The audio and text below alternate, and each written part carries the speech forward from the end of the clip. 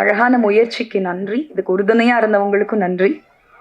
இந்த படம் இன்னைக்கு தேவையான ஒரு கருத்தை ரொம்ப ஸ்ட்ராங்காக நான் சொல்லியிருக்கேன். இது எல்லாருக்கும் பிடிக்கும். 6லேருந்து 60 வயசு வரைக்கும் இந்த கருத்து எல்லாருக்கும் பிடிக்கும்னு நான் நம்புகிறேன். ஸோ இதை வந்து படமாக முடித்து இப்போ நாங்கள் கொண்டு வந்துட்டோம், இங்கே கொண்டு வந்திருக்கோம். இதை மக்கள்கிட்ட ரொம்ப நல்லபடியாக கொண்டு போய் சேர்க்க வேண்டியது ஊடக நண்பர்களாகிய உங்களுடைய பணி. அதை நீங்கள் சிறப்பாக செஞ்சு எனக்கு வந்து என்னோடய வளர்ச்சிக்கு நீங்கள் உறுதுணையாக இருப்பீங்கன்னு நான் நம்புகிறேன். மேலும் தங்களோட டைம் வந்து ரொம்ப வேல்யூபிள்.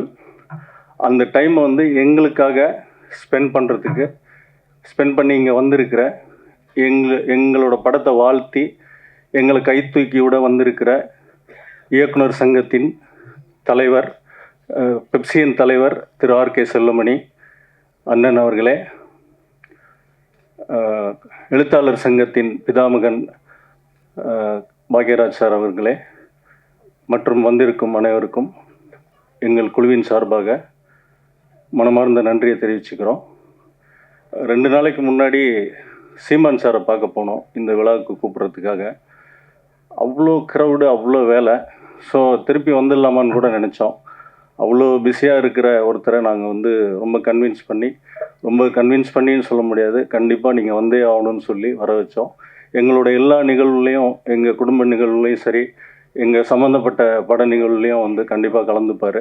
ஸோ அதுக்காக அவரோட வேலையெல்லாம் ஒதுக்கி வச்சுட்டு இங்கே வந்து எங்களை வாழ்த்த வந்திருக்காரு. அவருக்கு நான் வந்து ஒரு சிறப்பு நன்றியை தெரிவிச்சுக்கிறேன்.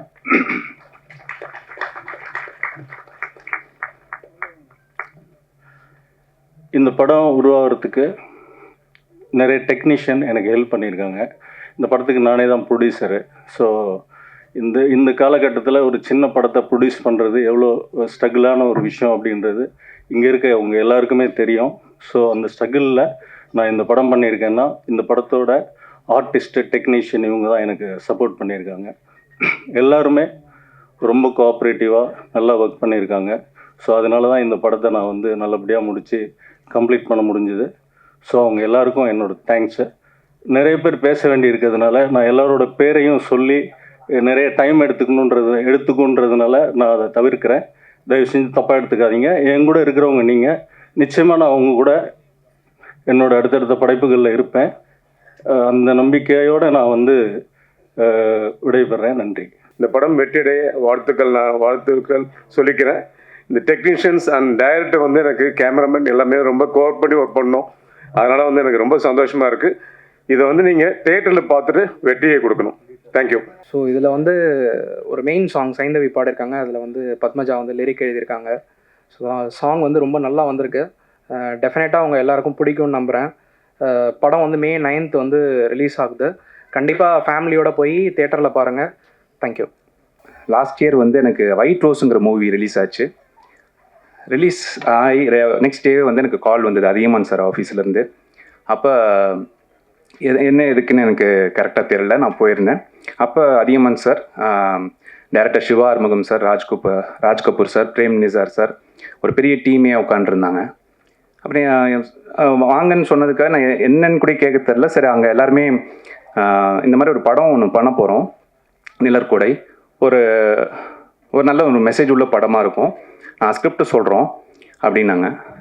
சார் ஸ்கிரிப்ட்லாம் சொல்லணும்னு அவசியம் இல்லை, நான் நடிக்கிறேன் சார். இல்லை, நீங்கள் ஸ்கிரிப்ட் நான் சொல்கிறேன், நீங்கள் கேளுங்க, அப்புறம் நீங்கள் உங்களோட முடிவு சொல்லுங்கள் அப்படின்னாங்க.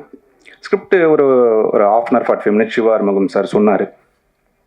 ரொம்ப நல்லா இருந்துச்சு சார். நல்லா சொன்னதுக்கப்புறம் சார் எப்போ ஷூட்டிங், எப்போ டேட்ஸ் அப்படின்னு கேட்குறப்ப கொஞ்சம் வெயிட் பண்ணுங்கள், நாங்கள் சொல்கிறோம் அப்படின்னு சொன்னதுக்கப்புறம் எனக்கு ஒரு சின்ன டவுட்டு. சரி, நம்ம இந்த படத்தில் இருப்போமா இல்லை எதுக்காக கூப்பிட்டாங்கங்கிறதே எனக்கு புரியல. என்ன ரோல் பண்ண போகிறேன்னு எனக்கு தெரியல ஃபஸ்ட்டு. அப்போ காரில் ஏறினதுக்கப்புறம் ஒய்ஃப்க்கு கூப்பிட்டு சொன்னேன், இந்த மாதிரி ஒரு ஸ்கிரிப்ட் சொன்னாங்க, ரொம்ப நல்லா இருக்குது, இதை நான் இது வரைக்கும் பண்ண படங்களில் எனக்கு இது ஒரு நல்ல ஒரு மீனிங்ஃபுல்லான ஒரு ஸ்கிரிப்ட் எனக்கு அமைஞ்சிருக்கு, இது பண்ணால் எனக்கு ஒரு சின்ன ஒரு பிரேக் கிடைக்கும்னு நினைக்கிறேன், ஆனால் கூப்பிடுவாங்களா என்னன்னு எனக்கு தெரியல, பார்க்கலாம், will hope for the best அப்படின்ட்டு ஒரு 1 week எந்த காலுமே வரல டீம்லேருந்து. அப்போ ஒரு 1 week கழிச்சு டைரக்டர் சார் எனக்கு கால் பண்ணார். ஒரு வாங்க அப்படின்னாங்க. எனக்கு அப்பயும் எனக்கு தெரியல. அப்புறம் போனதுக்கப்புறம் பாசிட்டிவான நியூஸ் ஒன்று சொன்னாங்க. சார் நீங்கள் இந்த படத்தில் பண்ணுறீங்க அப்படின்னே எனக்கு ரொம்ப சந்தோஷமாக இருந்தது. அப்புறம் கூடவே ஒரு 2 பாசிட்டிவான நியூஸ் சொன்னாங்க. சார் உங்கள் பொண்ணு நடிப்பாங்களா அந்த படங்கிற விஷயத்த சொன்னாங்க. எனக்கு சார் டெஃபினெட்லி சார் நடிப்பாங்க, பட் நீங்கள் ஆடிஷன் அந்த மாதிரி பண்ணி பாருங்கள், அவங்க ஓகேன்னா நீங்கள் செலக்ட் பண்ணுங்கள் அப்படின்னே. அப்புறம் எனக்கு கான்ஃபிடென்ட்டாக இருந்தது, என் பொண்ணு இந்த ரோல் கொஞ்சம் பண்ணுவா அப்படின்னு ஒரு விஷயம். எனக்கு அதுவும் அன்றைக்கி பாசிட்டிவாக ஒரு விஷயம் சொன்னாங்க. அஃப்கோர்ஸ் இன்னொரு ரோல் இருக்குது, இந்த இன்னொரு பொண்ணு பண்ணியிருப்பாங்க. அதுவும் எங்கள் அண்ணா பொண்ணு தான் அந்த ரோல் பண்ண வேண்டியதாக இருந்தது. உங்கள் அண்ணா பொண்ணு தான் இந்த ரோலும் பண்ணுறாங்க அப்படின்னா நான் சொன்ன மாதிரி ரொம்ப சந்தோஷமாக இருந்தேன். இந்த படத்தில் ஒரு நல்ல கதையில் எங்கள் ஃபேமிலி மெம்பர்ஸ் ஆல்மோஸ்ட்டில் நடிக்கிற மாதிரி இருக்குது அப்படிங்கிறப்ப. பட் அன்ஃபார்ச்சுனேட்லி அவங்களுக்கு அண்ணா பொண்ணுக்கு ஸ்கூலில் கொஞ்சம் டேட்ஸ் கொடுக்க முடியல அப்படின்னாங்க. ஸோ இதுதான் இந்த படத்தில் இந்த ஜேர்னி. அப்புறம் ஷூட்டிங் ஆரம்பித்ததுக்கப்புறம் எனக்கும் கண்மணி அவங்களுக்கான ஒரு சின்ன ஒரு விஷயம் போயிட்டு இருந்தது. ஐ மீன் ஷூட்டிங்கில் நல்லா சந்தோஷமாக பீஸ்ஃபுல்லாக நல்லா பண்ணிகிட்டு இருந்தோம். அப்புறம் டைரக்டர் சார் சொன்னார், இனிமேல் வந்து தேவயானி மேம் வந்துடுவாங்க, கொஞ்சம் பார்த்து நீங்கள் கரெக்டாக ஹேண்டில் பண்ணணும் அப்படின்னாங்க. அதுக்கப்புறம் தேவயானி மேம் உள்ளே வந்தாங்க. எனக்கு ரொம்ப பயம், ஏன்னா அவங்கள வந்து நான் வந்து இதுக்கு முன்னாடி நான் பார்த்ததில்ல. சூரியவம்சம், காதல் கோட்டை, ஃப்ரெண்ட்ஸுங்கிற படத்தில் தான் நான் அவங்கள தேவயானி மேம்னு சொன்னாலே நம்மளுக்கு அந்த ஒரு மூவிஸ் தான் ஞாபகம் வரும். சரி, எனக்கு ரொம்ப டென்ஷன் வேறு, சரி இவங்க ஏதாவது சொல்லுவாங்களா எப்படி அப்படின்ட்டு. ஆனால் டே 1 அந்த ஃபஸ்ட்டு சீனே வந்து ரொம்ப ஈஸியாக எனக்கு எல்லாருக்கிட்டையும் ரொம்ப ஃப்ரெண்ட்லியாக பேச ஆரம்பித்தாங்க. ரொம்ப அந்த விஷயமும் எனக்கு கொஞ்சம் ரொம்ப ஈஸியாக இருந்தது. அதுக்கப்புறம் எங்கள் படத்தில் பார்த்தோன்னா நான் நடித்தது எல்லாமே சீனியர் ஆக்டர்ஸ் தான். ராஜ் கபூர் சார், இளவரசன் sir, Vadivukkarasi madam, Manojkumar sir, Neelima madam, நிறைய பேர் இருக்காங்க. ஸோ அந்த சீன் ஒவ்வொரு சீனும் நாங்கள் எனக்கு ஒரு சின்ன ஒரு டென்ஷன் இருந்துக்கிட்டே இருக்கும், நம்ம கரெக்டாக. ஏன்னா இந்த படம் வந்து ஒரு சின்ன ஒரு லைவ் ஸ்டோரி, ஒரு நல்ல மெசேஜ் உள்ள படம். ரொம்ப ஓவர் ஆக்டோ இந்த மாதிரி பண்ணாதீங்கிறது நம்ம டைரக்ஷன் டீம்லேருந்து எப்பயுமே சொல்லிக்கிட்டே இருப்பாங்க. சரி, நானும் சட்டிலாகவே பண்ணணும். சரி, பெரிய சீனியர் ஆக்டர்ஸ், சரி முடிஞ்ச அளவுக்கு நான் ஒரு ஜஸ்டிஃபிகேஷன் பண்ணியிருக்கேன்னு நினைக்கிறேன் இந்த படத்தில். அப்புறம் ஓகே, சீக்கிரம் முடிச்சிடறேன். இன்றைக்கி விழாநாயகன் மியூசிக் டைரக்டர் அவருக்கும் என்னுடைய வாழ்த்துக்கள். எங்கள் டீம் எல்லாருக்குமே என்னுடைய வாழ்த்துக்கள். மூவி May 9th நாங்கள் ரிலீஸ் பிளான் பண்ணியிருக்கோம். டெஃபினட்டாக உங்களோட சப்போர்ட் வேணும். நன்றி, வணக்கம், thank you. Devayani ma'am, Raj Kapoor sir, இந்த மாதிரி பெரிய பெரிய லெஜண்ட்ஸ் கூட ஒர்க் பண்ணுறதுன்றது நான் அது வரைக்கும் யோசிச்சே பார்க்காத ஒரு விஷயம் தான், டு பி ஆனஸ்ட். ஸோ அவங்க கூட வந்து இந்த மாதிரி ஒரு ஸ்க்ரீன் ஷேர் பண்ணுறதுன்றது பெரிய விஷயம். அண்ட் இந்த படம் வந்து நான் பண்ணணும்னு நினச்சதுக்கு ஒன் ஆஃப் த ரீசன், அந்த டைமில் நான் எதுவுமே பெருசாக ஒர்க் எதுவுமே, ஐ மீன் சினிமா ரிலேட்டடாக நான் எதுவுமே பண்ணல, எல்லாமே டெலிவிஷனில் இருந்தது. ஸோ இந்த வாய்ப்பு வரும்போது என்னை வந்து ஒரு பெரிய ஆர்டிஸ்ட்டை வந்து எப்படி ட்ரீட் பண்ணுவாங்களோ அதே மாதிரி என்னை கூப்பிட்டு இதுக்கான கதையை சொல்லி, இந்த கதை இப்படி தான் இருக்க போகுது அப்படின்ற நரேஷன்ஸ் எல்லாமே கம்ப்ளீட்டாக கொடுத்து ரொம்ப ப்ராப்பராக வந்து ஹேண்டில் பண்ணியிருந்தாங்க. ஸோ அதுக்கு முதல்ல நன்றி. அண்ட் என்னை நம்பி இந்த வாய்ப்பு கொடுத்த எல்லாருக்குமே பெரிய பெரிய நன்றி. ஆக்சுவலி இந்த ஸ்டேஜ் வந்து எனக்கு கொஞ்சம் பயமாக இருக்குது. ஏன்னா இந்த ஸ்டேஜ் வந்து எனக்கு பயம் கொடுக்கல, இவ்வளோ பெரிய லெஜண்ட்ஸ் முன்னாடி பேசுகிறது தான் ஆக்சுவலி ரொம்ப பயமான ஒரு விஷயமா இருக்குது. என்னோடய முதல் மேடை இது. ஐ மீன் பிக் ஸ்க்ரீனில் நான் முதலாக வந்து இவ்வளோ பெரிய ஒரு மேடையை நான் வந்து பார்க்குறது வந்து ரொம்ப ரொம்ப சந்தோஷமாக இருக்குது. நான் டெலிவிஷனுக்கு வரும்போது ஐ திங்க் ஒரு 4 years ஆகுது நான் வந்து ஸ்மால் ஸ்க்ரீனுக்கு வந்து. ஸோ இந்த 4 yearsமே எனக்கு வந்து கண்டினியூஸாக வந்து லவ் அண்ட் சப்போர்ட் கொடுத்துட்ருக்கீங்க. அண்ட் இந்த பிக் ஸ்க்ரீன்லையுமே எனக்கு அதே லவ் அண்ட் சப்போர்ட் வந்து எல்லாருமே கொடுப்பீங்க அப்படின்னு சொல்லிட்டு நம்புகிறேன். அண்ட் ஆக்சுவலி நிறையா வந்து நான் வந்து பேசணும் அப்படின்னு சொல்லிட்டு நான் யோசிச்சுட்டு இருந்தேன். பட் வந்து எல்லாமே எனக்கு அப்படியே மறந்துடுச்சு. இவங்க எல்லாரையும் பார்த்ததுக்கப்புறம் ஜஸ்ட் நான் அவங்கள பார்த்துட்டு நான் அவங்கள அட்மையர் பண்ணிகிட்டு இருக்கேன். ஸோ அந்த மாதிரி ஒரு இதுவாக இருக்குது. ஐ எம் ஸோ ஹாப்பி. ஸோ இந்த படம் May 9th அன்றைக்கி ரிலீஸ் ஆகுது. படம் வேணால் சின்ன படமாக இருக்கலாம், ஆனால் நாங்கள் எல்லாருமே போட்டிருக்கிற விஷயம் வந்து பெரிய பெரிய ஹார்ட் ஒர்க்ஸ் எல்லாருமே வந்து நாங்கள் போட்டிருக்கோம். ஸோ கண்டிப்பாக தேட்டரில் போய் பாருங்கள். என்ன சொல்கிறது, ஒரு நல்ல கதை இது, எல்லாருக்குமே பிடிச்சமான கதை, ஒரு நல்ல ஒரு ஃபீல் குட்டான மூவின்னு நினைக்கிறேன். ஸோ நீங்கள் எல்லாருமே இதை வந்து தேட்டரில் போய் பார்த்து இதுக்கான லவ் அண்ட் சப்போர்ட் கொடுங்க. And yeah, thank you so much. Thank you. Salem மாவட்டம் மேட்டூர் டேமில் இருக்கிற எம்எல்ஏ நான். 20 லட்சம் ஏக்கருக்கு தண்ணி கொடுக்குறோம். தமிழ்நாட்டுக்கு பாதி கரண்ட் கொடுக்குறோம். மிகப்பெரிய தொகுதியில் இருக்கிற அது அண்ணன் சீமானன் மிகப்பெரிய ஒரு தொகுதி, தமிழ்நாட்டில் முக்கியமான தொகுதியில் இருந்து வெற்றி பெற்று நம்ம சட்டமன்றத்துக்கு வந்திருக்கோம். இந்த நிகழ்ச்சியில் கலந்து கொண்டு உங்களை எல்லாம் பார்த்து வாழ்த்து சொல்வதில் மகிழ்ச்சி அடைகின்றேன். இந்த நிகழ்ச்சி வெற்றி பெற அண்ணாமலையாரை வேண்டி வாழ்த்துக்களை கூறி விடைபெறுகிறேன். வணக்கம். இந்த நண்பர் ராஜா அவர்கள் வந்து இந்த படத்தை வந்து ரொம்ப கஷ்டப்பட்டு எல்லார்ட்டையும் வந்து இது பண்ணி அருமையாக வந்து இந்த படத்தை பண்ணியிருக்காரு. இந்த படம் வந்து என்ன இப்போ படமாக எடுக்காங்கன்னா எனக்கு ஒன்றும் பூராவே துப்பாக்கி தூக்கிட்டு அலைஞ்சிக்கிட்டு இருக்கானுங்க. அதனால் அந்த மாதிரி காலகட்டத்தில் இது வந்து 80s வந்து 80s 90s இந்த மாதிரி படங்கள்லாம் வந்து நல்ல நல்ல படங்கள்லாம் வந்துச்சு. அந்த படங்களில் ஒரு வகையில் ஒரு படம் இந்த படம். ஸோ நல்ல ஃபீல் குட் படம். இது வந்து ஒரு வெளிநாட்டில் போய் வேலை பார்க்கணும்னு சொல்லி ஆர்வமில் ஒரு கப்புள்ஸ் வந்து படுற அவஸ்தை தான் வந்து இந்த படத்தை. வெளிநாட்டில் போய் வேலை பார்த்தே சம்பாதிக்கணுமா, இங்கேருந்தே சம்பாதிக்கக்கூடாதா, அவங்களுக்குள்ள குழந்தைகளை வந்து பேரண்ட்ஸுக்கு வந்து எப்படி வளர்க்கணும் அப்படிங்கிற ஒரு படிப்பனையான ஒரு பாடத்தான ஒரு நல்ல ஒரு சப்ஜெக்ட் பண்ணியிருக்காரு. ஸோ நல்ல ஒரு எமோஷன், ஒரு ஃபீல் குட் படம். நீங்கள் எல்லோரும் பார்த்து ரசிக்கணும். முக்கியமாக மீடியாக்களுக்கும் ப்ரெஸ்ஸுக்காரங்க சொல்கிறேன், இந்த மாதிரி சின்ன படத்தில் வந்து நீங்கள் வந்து எல்லாருக்கும் வந்து ஒரு உத்வேகம் கொடுத்து நல்ல ஒரு பப்ளிசிட்டி கொடுத்து ஜனங்களை வந்து தியேட்டருக்கு வர வைக்கணும். வாழ்த்துக்கள். நன்றி. வணக்கம். அனைவருக்கும் மாலை வணக்கம். பெப்சி தலைவர் அண்ணன் செல்வமணி அவர்களே, திரைக்கதை மன்னன் எழுத்தாளர் சங்கத்தினுடைய ஆணிவேர் அண்ணன் பாக்யராஜ் அவர்களே, செந்தமிழன் அண்ணன் சீமான் அவர்களே, மற்றும் மேடையில் அமர்ந்திருக்கும் சுரேஷ் காமாட்சி அவர்களே, சிவா அவர்களே, அன்னைக்கு எல்லாரும் பேரை சொல்லிட்டே இருந்தால் அதுக்கே டைம் பண்ணி 2 நிமிஷம் தான் டைம் கொடுத்துருக்காங்க. எனக்கு ரொம்ப சந்தோஷமான விஷயம், என் நண்பன் சிவா ஆறுமுகம் அற்புதமான ஒரு கதையை செலக்ட் பண்ணி எவ்வளவோ பிரச்சனைக்கு இடையில் அழகாக முடித்து ஒரு அற்புதமான படத்தை கொண்டு வந்துருக்கிறார். படத்தை ஆல்ரெடி பார்த்துட்டேன். ரொம்ப சிறப்பாக இருக்குது, எக்ஸ்ட்ரானரியாக இருக்குது. இந்த படம் எந்த அளவுக்கு வெற்றி பெறும்னா, அந்த பேனருக்கு மேலே பார்த்தீங்கன்னா 7 வகையான வண்ணங்களில் குடைய வச்சுருக்காங்க. அது பிப்ஜிஆர்ன்ற மாதிரி அந்த குடையினுடைய வண்ணங்கள் மாதிரி எல்லா இடங்கள்லையும் வண்ணமாக போய் ஜெயிச்சு நிச்சயமாக வெற்றி பெறும். இதில் முக்கியமாக இசையமைப்பாளர் ரொம்ப சிறப்பாக அழகாக பண்ணியிருக்காரு. ஃபஸ்ட் படம் மாதிரி தெரியல, ரொம்ப சிறப்பாக பண்ணியிருக்காரு. அதே மாதிரி லிரிக் எழுதின அந்த லிரிக்கிஸ்ட்டு அழகான வரிகள், கண்ணே கண்மணியே கனவு நனகாச்சே கருவறை சுமக்காத மகளே, கருவறை சுமக்காத மகளே அப்படின்ற போது அந்த மகள் எனக்கு சொந்தமில்லை, ஆனால் என் கருவறையில் வளராத ஒரு மகளைன்னு சொல்லி அற்புதமான வரிகள், சூப்பரான வரி. அதே மாதிரி வெளிகாலத்து நிகழ்வு போல, என் மகளின் நகல் போல இறைவன் உன்னை என்னிடத்தில் அழைத்தான், அதனால் இந்த அகதி மனமுகர்ந்து வாழ்ந்தேன். அதுபோல் 4 வரியில் ஃபுல் கதையை சொல்லிட்டாங்க. எப்படி அற்புதமான வரிகள். உண்மையிலே அந்த கவிஞர் வந்து நிறைய பாடல்கள் எழுதியிருக்கீங்களா? இது சிறப்பாக, ரொம்ப சிறப்பாக இருந்தது. வரிகள் ரொம்ப அற்புதமாக இருந்தது.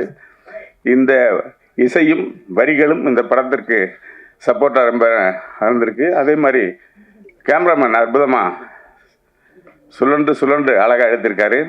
இதில் எல்லாத்துக்கும் முப்பாயத்து வைத்தது மாதிரி தேவயானி மேடம் அற்புதமான அவங்க கொடுத்த பாத்திரத்தை சின்ன சின்ன அசைவுகள் மூலம் சின்ன இதில் வந்து அந்த குழந்தைய குளிப்பாட்டுறதுலேருந்து அதில் பர்டிகுலராக 2 இளநியை எடுத்துகிட்டு வந்துட்டு இருப்பாங்க.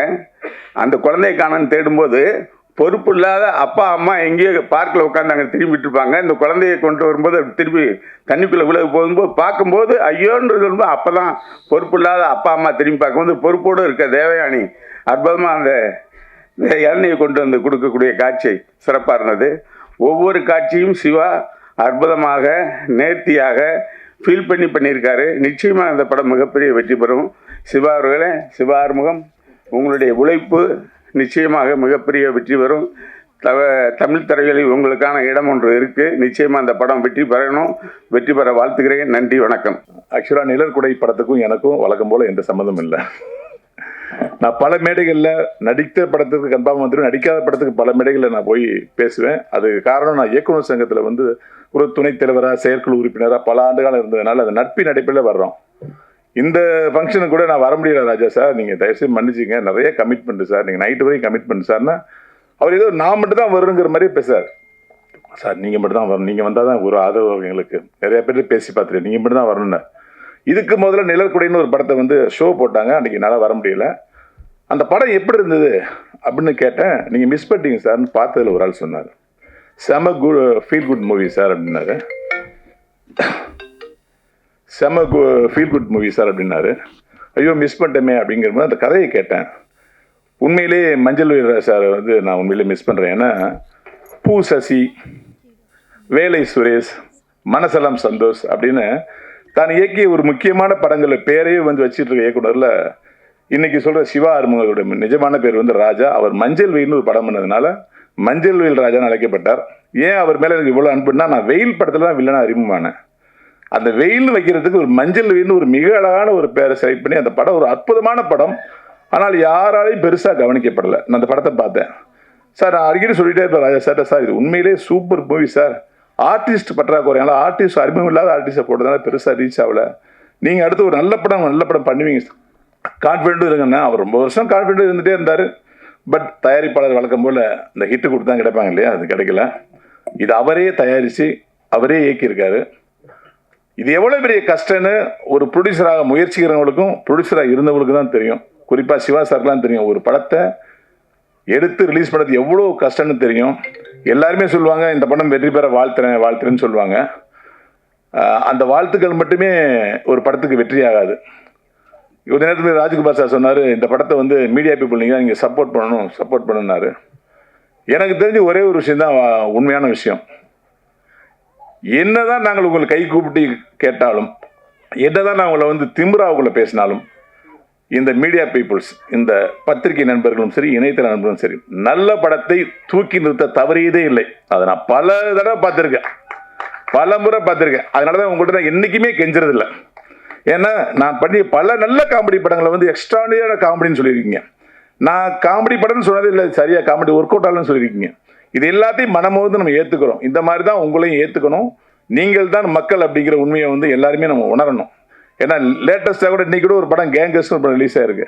கம்பேக் வடிவேல் சாருங்கன்னு எல்லாமே நீங்கள் அதை வந்து பாராட்டுறீங்க, ரொம்ப சந்தோஷமாக இருக்குது. அதே வடிவேல் என்ன முதல் படம் அடிக்கும்போது ஏன் இப்படி பண்ணுறாருன்னு கேட்டால் தான் நீங்கள். அந்தளவுக்கு மிக அற்புதமான ஒரு மனிதர்களாக உங்களை நாங்கள் பார்க்குறோம். இந்த படத்தை தேவயானி மேடம் நடிச்சிருக்காங்க. தேவயானி மேடத்துக்கு நான் வந்து மிகப்பெரிய ஃபேன் ஒரு படத்துக்கு. அது என்ன படம்னா பஞ்சதந்திரம். பஞ்சதந்திரம் யாருனாலும் ஓடிச்சுன்னு எனக்கு தெரியாது. ஆனால் தேவயானி மேடத்தால் தான் ஓடிச்சு நான் அடிச்சு சொல்லுவேன்.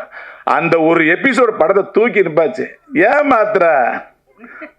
மாத்திர ஐயோ எவ்வளோ பெரிய மூடி, அதெல்லாம் யாராலும் நடிக்க அவ்வளோ கஷ்டம் நடிகனா எனக்கு தெரியும். அவங்க இந்த படத்தில் ஒரு டென்சிட்டியான ஒரு அடர்த்தியான கேரக்டர் பண்ணியிருக்காங்க. இந்த மாதிரி ஒரு ஃபீல் குட் மூவி ஜெயிக்குமா தூக்குமா அப்படிங்கிறதா நம்ம வந்து சொல்லவே முடியாது. தேட்டருக்கு போனால் தேவயானி மேடத்துக்கு சீரியலே மிகப்பெரிய ஃபேன்ஸ்லாம் இருக்காங்க. அவங்களாம் தேட்டருக்கு கண்டிப்பாக வருவாங்க. இந்த படம் மிகப்பெரிய வெற்றி அடையும். இந்த படத்தில் ஹீரோவாக இருக்கிற விஜய் சாருக்கு ஒரு நல்ல வாழ்க்கை அமையும்.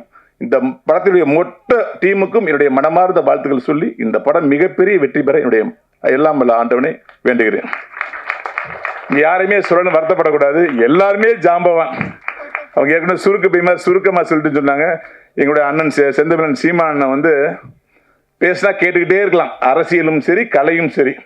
வாட்ஸ்அப்பில் பல டேங்களில் வந்து அவர் அரசியல் பேசுறது ஒரு பக்கம் பார்த்தா, இன்னொரு பக்கம் வந்து ஒரு அவர்கிட்ட இன்டர்வியூ எடுப்பாங்க. அதில் வந்து ஒரு பாட்டு எப்படி உதயம் ஆடிச்சுன்னு கேட்குறப்ப பார்த்தீங்கன்னா ஒரு மியூசிக் கூட அப்படி எக்ஸ்பிளைன் பண்ண முடியாது. அவ்வளோ அழகாக எக்ஸ்பிளைன் பண்ணுவார். ரொம்ப ஒரு அற்புதமான கலைஞனை நம்ம அரசியல் கொடுத்துட்டோமோ அப்படின்னு தோணுனா கூட அந்த கலைஞர் நம்மளுடைய கலைக்கு வராருங்கிறது உண்மையிலே பெருமையான விஷயம். இவ்வளோ பிஸிலையும் ஒரு சின்ன படத்தை ஆதரிக்கிறதுக்கு வந்திருக்காரு, அவருக்கு என்னுடைய நன்றி. அதே சமயத்தில் எங்களுடைய சினிமா காவலர், எங்களுடைய பெப்சி தலைவர் செல்வமணி அண்ணன், எனக்கு அண்ணன் தான் அவர் உண்டு, அவர் வந்திருக்காரு. எங்களுடைய எழுத்தாளர் சங்கத்தின் தலைவர் கே பாக்கியராஜ் சார் வந்திருக்காங்க. சிவா சார் வந்திருக்காங்க, லைக்காவுடைய எக்ஸிக்யூட்டிவ் ப்ரொடியூசர் திருக்குமரன் சார் வந்திருக்காங்க, தமிழ் குமரன் சார் வந்திருக்காங்க, நம்முடைய சுரேஷ் காமேஷ் சார் வந்திருக்காங்க. இவங்க எல்லாம் தான் சினிமா இன்னைக்கு, மொத்த சினிமா அங்கே இருக்கு. இந்த படம் கண்டிப்பாக வெற்றி பெறும். என்னுடைய மனமார்ந்த வாழ்த்துக்கு. தேவியானியோட மிகப்பெரிய ஃபேன் நான். I don't know whether I have told her that. She knows. தேவியானிக்கு நல்லா தெரியும் எனக்கு அவளை ரொம்ப பிடிக்கும். We go long way back. அவங்களுக்கு அப்போ கல்யாணம் ஆகலை, ஹீரோயினாக இருந்த ஸ்டேஜ். பட் ஐ லைக் காதல் கோட்டையில் கமலி வந்து எல்லாருக்குமே வந்து ஃபேவரட். அது வந்து 90s கிட்ஸ், அந்த 80s 90s வந்து யாருமே மறுக்கவே முடியாது. But I like her in that Prashanth film, your first film Kalloori Kadhal வாசல், கல்லூரி வாசல். வாட் அ சப்பி பப்ளி டிஃப்ரெண்ட் தேவயானி. அந்த மாதிரி ஒரு குஷ்புக்காவை வந்து ரொம்ப ரொம்ப வருஷத்துக்கு முன்னாடி நம்ம பார்த்த அந்த குஷ்புக்கா அந்த ஸ்டைலில் இருந்த தேவயானியை தான் எனக்கு ரொம்ப ரொம்ப பிடிக்கும். And of course iconic. I am very proud to say, very proud. ஏன்னா வி கம் அந்த காலகட்டத்திலேருந்து ஒன்றா ட்ராவல் பண்ணி இன்றைக்கும் இங்கே இந்த மேடையில் ஐ எம் கம்மிங் ஹியர் அப்படின்னா because she is like the Devasena of the film industry. She is a princess. She is. And அதுக்கேற்ற ராஜகுமாரன் சார் இஸ் த பிரின்ஸ். எங்கள் அப்பாவுக்கு ரொம்ப ரொம்ப ரொம்ப ஃபேவரட்டான ஒரு பர்சன்னா ராஜ்குமார் சார். அவ்வளோ லவ் அவர் மேலே, ரொம்ப best friends. And thank you sir. உங்களை மாதிரி ஒருத்தவங்க இருக்கிறனால தான் அவங்க இந்த மேடையில் இன்றைக்கும் தளபதி சொல்கிற மாதிரி, தளபதி விஜய் சொல்கிற மாதிரி 20 வயசில் வந்து ஒரு பொண்ணு ஹீரோயினாக இருக்கிறது பெருசு இல்லை. ஆனால் 40 வயசுலேயும் வந்து ஒரு மெயின் லீடில் ஹீரோயினாக நிற்கிறது வந்து மிகப்பெரிய விஷயம். I am so proud of you and thank you Rajkumar sir.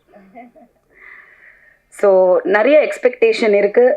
That எனக்கு ரொம்ப பெருமையாக இருக்கிற விஷயம் என்னென்னா, ஒரு மெயின் லீடாக வந்து பெண்கள் வந்து இன்றைக்கி வந்து திரைக்கு தியேட்ரிக்கல் ரிலீஸ்க்கு வந்து ஒரு படம் வர்றதுங்கிறது மிகப்பெரிய ஒரு சாதனைன்னு தான் சொல்லணும். ஸோ ப்ரொடியூசர்ஸ்க்கு, release producers, whoever is involve in this, congratulations and thank you. Keep supporting female centric films also. இந்த சின்ன படம்னு சொல்கிறது எனக்கு கொஞ்சம் ஈடுபாடு இல்லை. மேபி அதை மாற்றிக்கலாம், நல்ல படம்னு சொல்லலாம். ஏன்னா சின்னது பெருசுங்கிறது சம்பளத்தில் மட்டும்தான் இருக்குது. பட்ஜெட் என்னமோ ஒன்று தான், சம்பளத்தில் தான் கொஞ்சம் ஜாஸ்தி ஆகிடுது. ஸோ அந்த விதத்தில் வந்து I am very proud of you and I think we should keep supporting each other. எனக்கு தேவயானி ரொம்ப ஏன் பிடிக்கும்னா, the most simplest good soul and ரொம்ப நல்ல பொண்ணு, ரொம்ப நல்ல பொண்ணு, லவ்லி கேர்ள். அந்த கேர்ளாக தான் நான் இன்னும் பார்க்குறேன். பட் இவ்வளோ ஒரு இன்னசென்ட்டாக நான் பார்த்தேன். பட் இன்னைக்கு இவ்வளோ மல்டி டாஸ்கிங்கில் she is a lovely wife, lovely mother, teacher, actor, what not. அவ்வளோ திறமை இருக்குது. So I wish you all the best and I want you to continue doing films like மனோரமாச்சி அண்ட் ஊர்வஷி அக்கா and all that. Continue doing. And ரொம்ப போல்டான ஒரு actor. எந்த age குரூப்பில் பண்ணுறோம், யார் கூட பண்ணுறோம், நிறைய இருக்குது. விமனுக்கு வந்து ஈகோ, இந்த ஆர்டிஸ்ட் கூட நடித்தா நமக்கு இம்பார்ட்டன்ஸ் வருமா, பப்ளிசிட்டி வருமா, நிறைய இருக்குது. நீங்கள் நிறைய பார்த்துருப்பீங்க. காசிப்ஸும் கரண்ட்லேயும் ஓடிட்டு தான் இருக்குது. யார் பெருசு, யார் டப்பா, யார் இல்லைன்னு. அந்த விதத்தில் எதையுமே யோசிக்காமல் அந்த கதாபாத்திரத்தை மட்டுமே நம்பி, அவங்களோட திறமையை மட்டுமே நம்பி ஒரு self made female actor who still a main lead heroine அப்படின்றதுல நான் ரொம்ப பெருமைப்படுறேன். All the best. And music ரொம்ப நல்லா இருந்தது. ட்ரெய்லர் ரொம்ப இன்ட்ரீகிங்காக இருந்தது. ஸோ கண்டிப்பாக வந்து தியேட்டர்ஸில் சப்போர்ட் பண்ணி படம் பாருங்கள். தேங்க்யூ. Thank you media. பத்திரிகை நண்பர்களே, மீடியா நண்பர்களே, மேடையில் இருக்கிற விஐபிஸ், டெக்னீஷியன்ஸ், ஃபேமிலி அனைவருக்கும் வணக்கம். நிழல் குடை ரொம்ப வித்தியாசமான ஒரு ட்ரெய்லர் அண்ட் ரொம்ப இன்டென்ஸாக இருந்தது. இந்த காலத்தில் நடக்கிற ஒரு விஷயம், கரியர் லைஃப், ஃபேமிலி லைஃப் எப்படி பேலன்ஸ் பண்ணுறது, it was very creepy and ஒரு க்யூரியாசிட்டி பில்ட் ஆகிருக்கு எனக்கு இது பார்க்கணும். ஏன்னா எப்படி இதுக்கு என்ன கருத்து சொல்லுவாங்க. அண்ட் எனக்கு ராஜா சார், அறுமுகம் சிவா அறுமுகம் சார், அவங்கள ராஜா சார் தான் தெரியும் எனக்கு. ராஜா சார் அண்ட் அதியமன் அண்ணா நல்லா தெரியும், சின்ன வயசுலேருந்தே தெரியும். அவங்க வந்து டெஃபினட்டாக ஒரு பொய்டிக் கருத்து இருக்கும் இந்த படத்தில் அப்படின்னு எனக்கு தோணுது. I am really looking forward to this film. And visuals கூட ரொம்ப நல்லாயிருக்கு. I love Gurudev sir. அவங்க ஒரு fantastic technician, one of my favourite DOPs. And plus the music ரொம்ப நல்லா இருக்கு. ரொம்ப ரொம்ப அது கண்மணியே சாங் ஆக்சுவலி ரொம்ப ஒரு எமோஷனல், வெரி பியூட்டிஃபுல், டச்சிங் சாங்காக இருந்தது. அண்ட் ப்ளஸ் இந்த subject where is not an easy subject, it's a very tough subject. ஏன்னா ஆடியன்ஸ் இந்த காலத்தில் வந்து ஐ டோன்ட் திங்க் வெறும் பாட்காஸ்ட் இல்லைனா யூடியூப் பார்த்து கற்றுக்குறாங்க. ஐ திங்க் ஒரு பார்ட் ஆஃப் ஒரு பப்ளிக் இருக்குது தட் சினிமா பார்த்து கற்றுப்பாங்க சில விஷயங்கள். அண்ட் இந்த மீடியா வழியாக you're giving this kind of a explanation to audience, ஒரு டிஃப்ரெண்ட் கைண்ட் ஆஃப் ஒரு பெர்ஸ்பெக்டிவ். அது ஒரு ரொம்ப நல்ல விஷயம். So I'm looking forward to this. I would like to wish the entire team all the very best. And இது படம் மிகப்பெரிய வெற்றி அடையணும், என்னோட வாழ்த்துக்களை தெரிவிச்சுக்கிறேன். பட் இன்னைக்கு இந்த ஃபங்க்ஷன் வந்து it's not just an audio launch, இது ஒரு ஃபேமிலி ஃபங்க்ஷன் எனக்கு. ஏன்னா எங்கள் ஃபேமிலியில் 3 பேர், அக்கா, என் அண்ணன் மயூர், அப்புறம் நான். பட் இன் ரியல் லைஃப் என் அம்மாவுக்கு இன்னொரு பையன், அது அதியம்மன் அண்ணா. அண்ட் இஸ் ரியலி டில் அம்மாஸ் லாஸ்ட் பிரெத் வந்து Athiyamman was always there for her. And எங்கள் ஃபேமிலியில் ஒரு பெரிய ஒரு சப்போர்ட் சிஸ்டம் அவர். அண்ட் அவருக்கு ஒரு பெரிய நன்றி சொல்லணும். ஏன்னா அவரால் தான் அக்காவுக்கு வந்து ஃபர்ஸ்ட் தமிழ் சினிமாவில் இன்ட்ரடக்ஷன் கிடச்சிது. அண்ட் பிகாஸ் நாங்களும் சென்னைக்கு வந்துட்டோம் அண்ட் தமிழர்களாக மாறிட்டோம். And we are very proud to be part of Tamil cinema and be part of this Tamil Nadu, which we are very proud of. And thank you Anna, ரொம்ப thanks, we really love you, thank you so much. And of course my akka Devyani, I think blessed that அக்காவோட தம்பியாக பிறந்திருக்கேன். I'm very grateful. சின்ன வயசுலேருந்து அவங்கள பார்த்துட்ருக்கேன். அவங்களோட hard work, அவங்களோட sincerity, அவங்களோட டெடிகேஷன் பார்த்துட்ருக்கேன். Never give up, never do or die attitude. And இப்போ கூட பார்த்தா ஐ டூ மிஸ் அம்மா, பட் அக்கா பார்த்தா எனக்கு ஐ சி ஹர் இன் அம்மா, இன் அக்கா. ஏன்னா அதே ஹியூமிலிட்டி, டவுன் டு அர்த் ஒரு ஆட்டிடியூட் அவங்களுக்கு. And I think in this subject kuda really matches akka, because I think na life la indha mere yarume paathathu kedaya to balance cinema life, I mean career and family. அப்படி அவ்வளோ அழகாக handle பண்ணியிருக்காங்க. எந்த ஒரு cinema ஃபங்க்ஷனும் சரி, invitation, shooting, எந்த ஃபங்க்ஷனில் வந்து ஆல்வேஸ் தேர் 100%. பட் அதே சமயத்தில் வந்து ஃபேமிலி சைடு நீங்கள் பார்த்தீங்கன்னா பசங்களுக்காக maybe picnic, parent meeting, teacher meeting, anything, அக்கா will always be there. Even பசங்களை வந்து ஸ்கூலில் ட்ராப் பண்ணுறது 100% அவங்க அதை பண்ணியிருக்காங்க. நான் ஸ்டில் எனக்கு ஆச்சரியமாக இருக்குது எப்படி அவங்க அதை ஹேண்டில் பண்ணாங்க. So she really resonates with this character. And அக்கா சூஸ் பண்ணுற கேரக்டர்ஸ் கூட எல்லாமே வந்து வெரி ஹெவி பர்ஃபார்மன்ஸ் ஓரியன்ட் கேரக்டர்ஸாக தான் சூஸ் பண்ணுவாங்க, which I really like. And எதுவுமே வந்து ஈஸியாக அவங்க செலக்ட் பண்ண மாட்டாங்க, which I really admire. So yeah, you're the best akka. And I wish இன்னொரு விஷயம் சொல்லி ஆகணும். ஸோ ரீசெண்ட்லி வந்து இப்போ அக்கா வந்து நீங்கள் நடிகையாக பார்க்குறீங்க, but she has another side now to her. இந்த பிரசாத் லேப்லேயே வந்து அவங்க ஆக்சுவலாக என் நீசஸ்க்காக போனாங்க. அவங்கள சேர்க்குறதுக்கு பிரசாத் லேபோட டெக்னீஷியன் கோர்சஸில் சேர்க்குறதுக்கு போனாங்க. But I don't remember why what happen. But அக்கா வந்து டிரெக்ஷன் டிபார்ட்மெண்ட்டில் போய் சேர்ந்துட்டாங்க. சரி நான் கற்றுக்குறேன், டிரெக்ஷன் கற்றுக்குறேன்னு சொல்லி ஒரு 3 months அவங்க அதை கோர்ஸ் பண்ணாங்க. அண்ட் நாங்கள் வீக்கெண்ட்ஸில் தான் மீட் பண்ணுவோம். அண்ட் அந்த டைம் நான் கால் பண்ணுவேன், அக்கா எங்கே இருக்கீங்க, மீட் பண்ணலாமான்னு பார்த்தா இல்லை நான் கோர்ஸில் இருக்கேன், நான் படிச்சுட்ருக்கேன். லைக் படிச்சுட்ருக்கீங்களா? பட் ரொம்ப சின்சியராக, ரொம்ப டெடிக்கேட்டடாக அவங்க கற்றுக்கிட்டாங்க அந்த what ever was dot. And கிளாஸில் நீங்கள் பார்த்தீங்கன்னா அக்கா தான் ஆக்சுவலாக ஒரு சீனியர். அவங்க மற்ற டிரெக்டர்ஸ் கூட ஒர்க் பண்ணியிருக்காங்க, எல்லாம் பெரிய பெரிய டிரெக்டர்ஸோட ஒர்க் பண்ணியிருக்காங்க. பட் அங்கே வந்து ஒரு ஸ்டூடெண்ட்டாக போனாங்க, விச் ஐ ரியலி அப்ரிஷியேட்.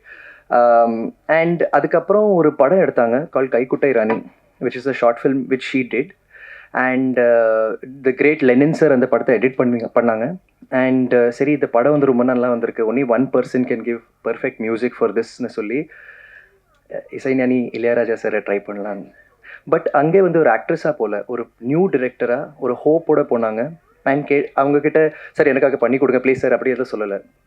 இந்த படம் பாருங்கள் சார், உங்களுக்கு பிடிச்சிருந்தா கண்டிப்பாக இதை நீங்கள் தான் பண்ணணும் சார், இந்த படத்துக்கு நீங்கள் தான் ஒரு லைஃப் கொடுக்க முடியும்னு சொல்லி அவர் படம் பார்த்துட்டு அவ்வளோ பிடிச்சி போய் அவர் நான் பண்ணுறேன் தேவனி பண்ணுறேன்னு சொல்லி அவர் மியூசிக் கம்போஸ் பண்ணார், which is a fantastic thing.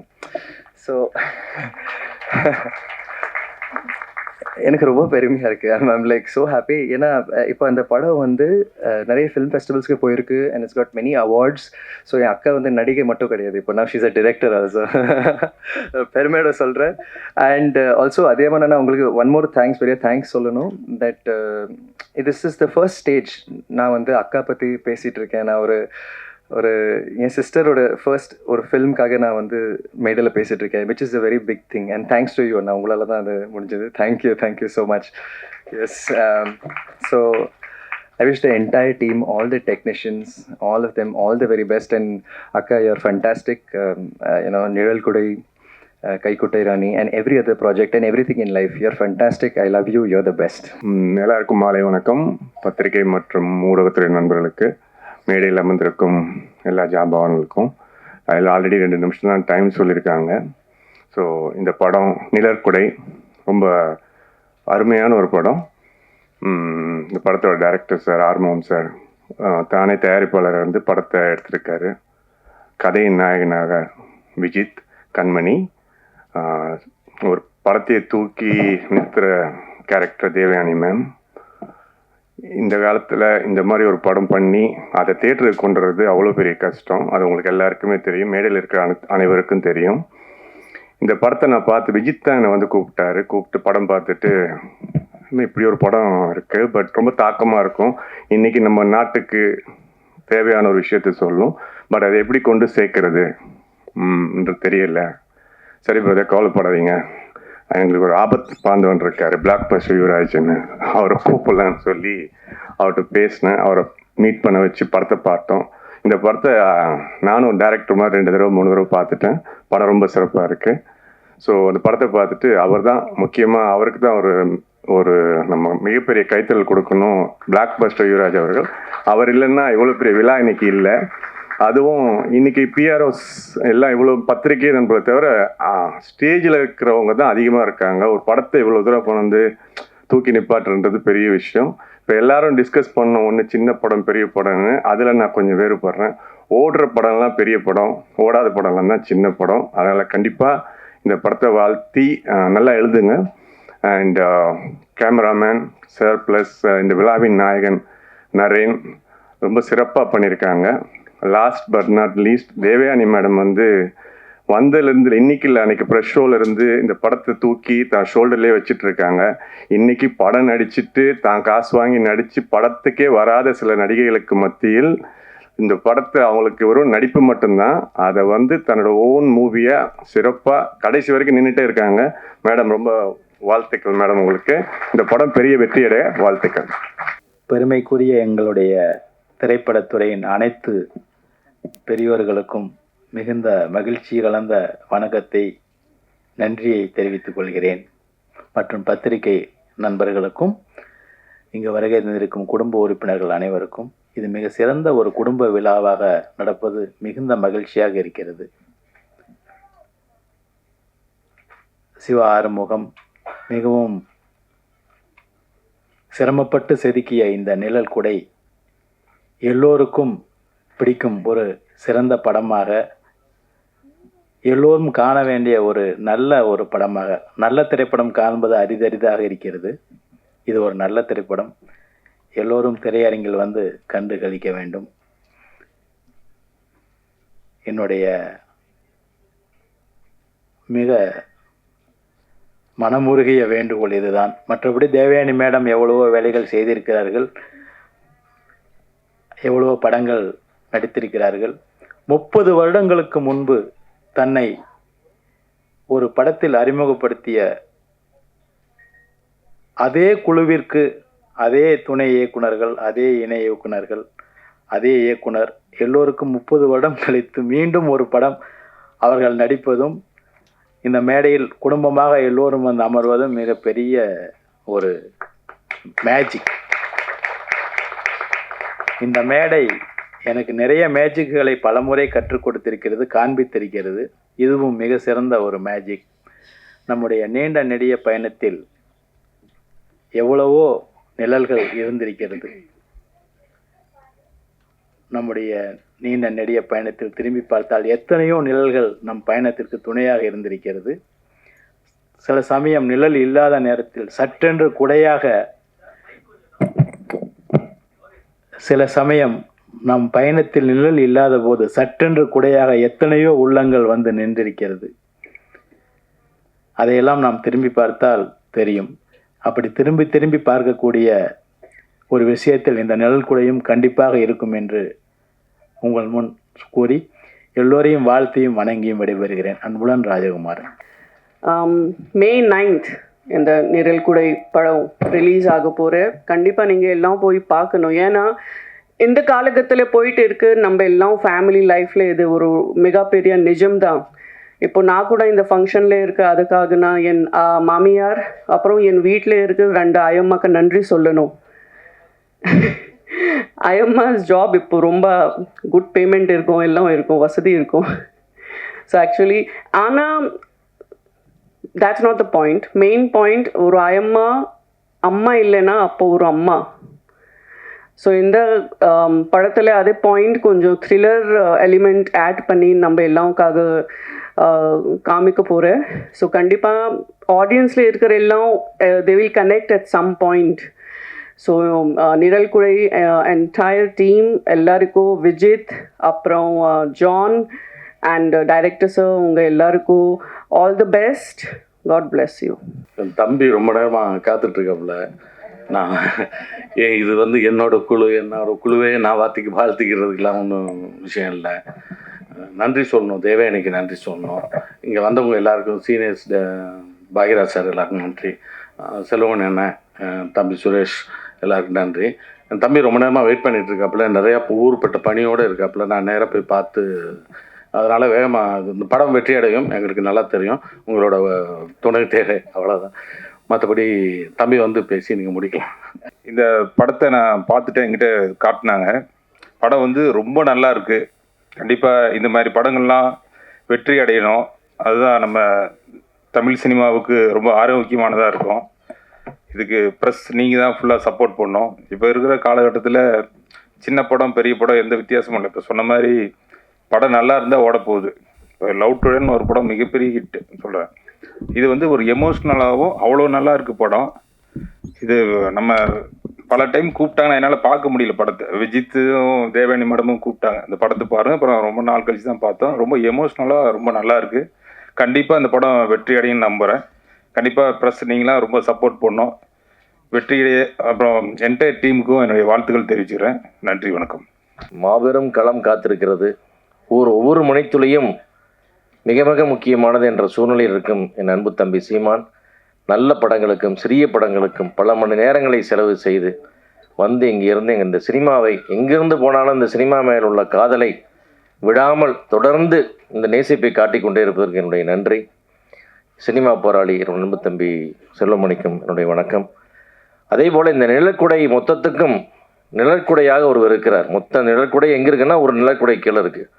அந்த நிழற்குடை என் பேரன்பிற்குரிய சகோதரன் KS அதிகமான் அவர்களுக்கும் என்னுடைய வணக்கம். இந்த படத்தை பார்க்குற வாய்ப்பு கிடைச்சது. ரொம்ப மனம் நெகிழ்ந்து போச்சு. எப்படி இப்படி எடுக்க முடியுன்ற மாதிரி ரொம்ப மகிழ்ச்சியாக இருந்தது. அந்த படம் பார்த்துட்டு ரொம்ப அற்புதமாக இருந்தது. இந்த மேடைக்கு சொல்ல வேண்டியதெல்லாம் படம் பார்த்து எல்லாரும் அதை சொல்லி தான் ஆகணும்.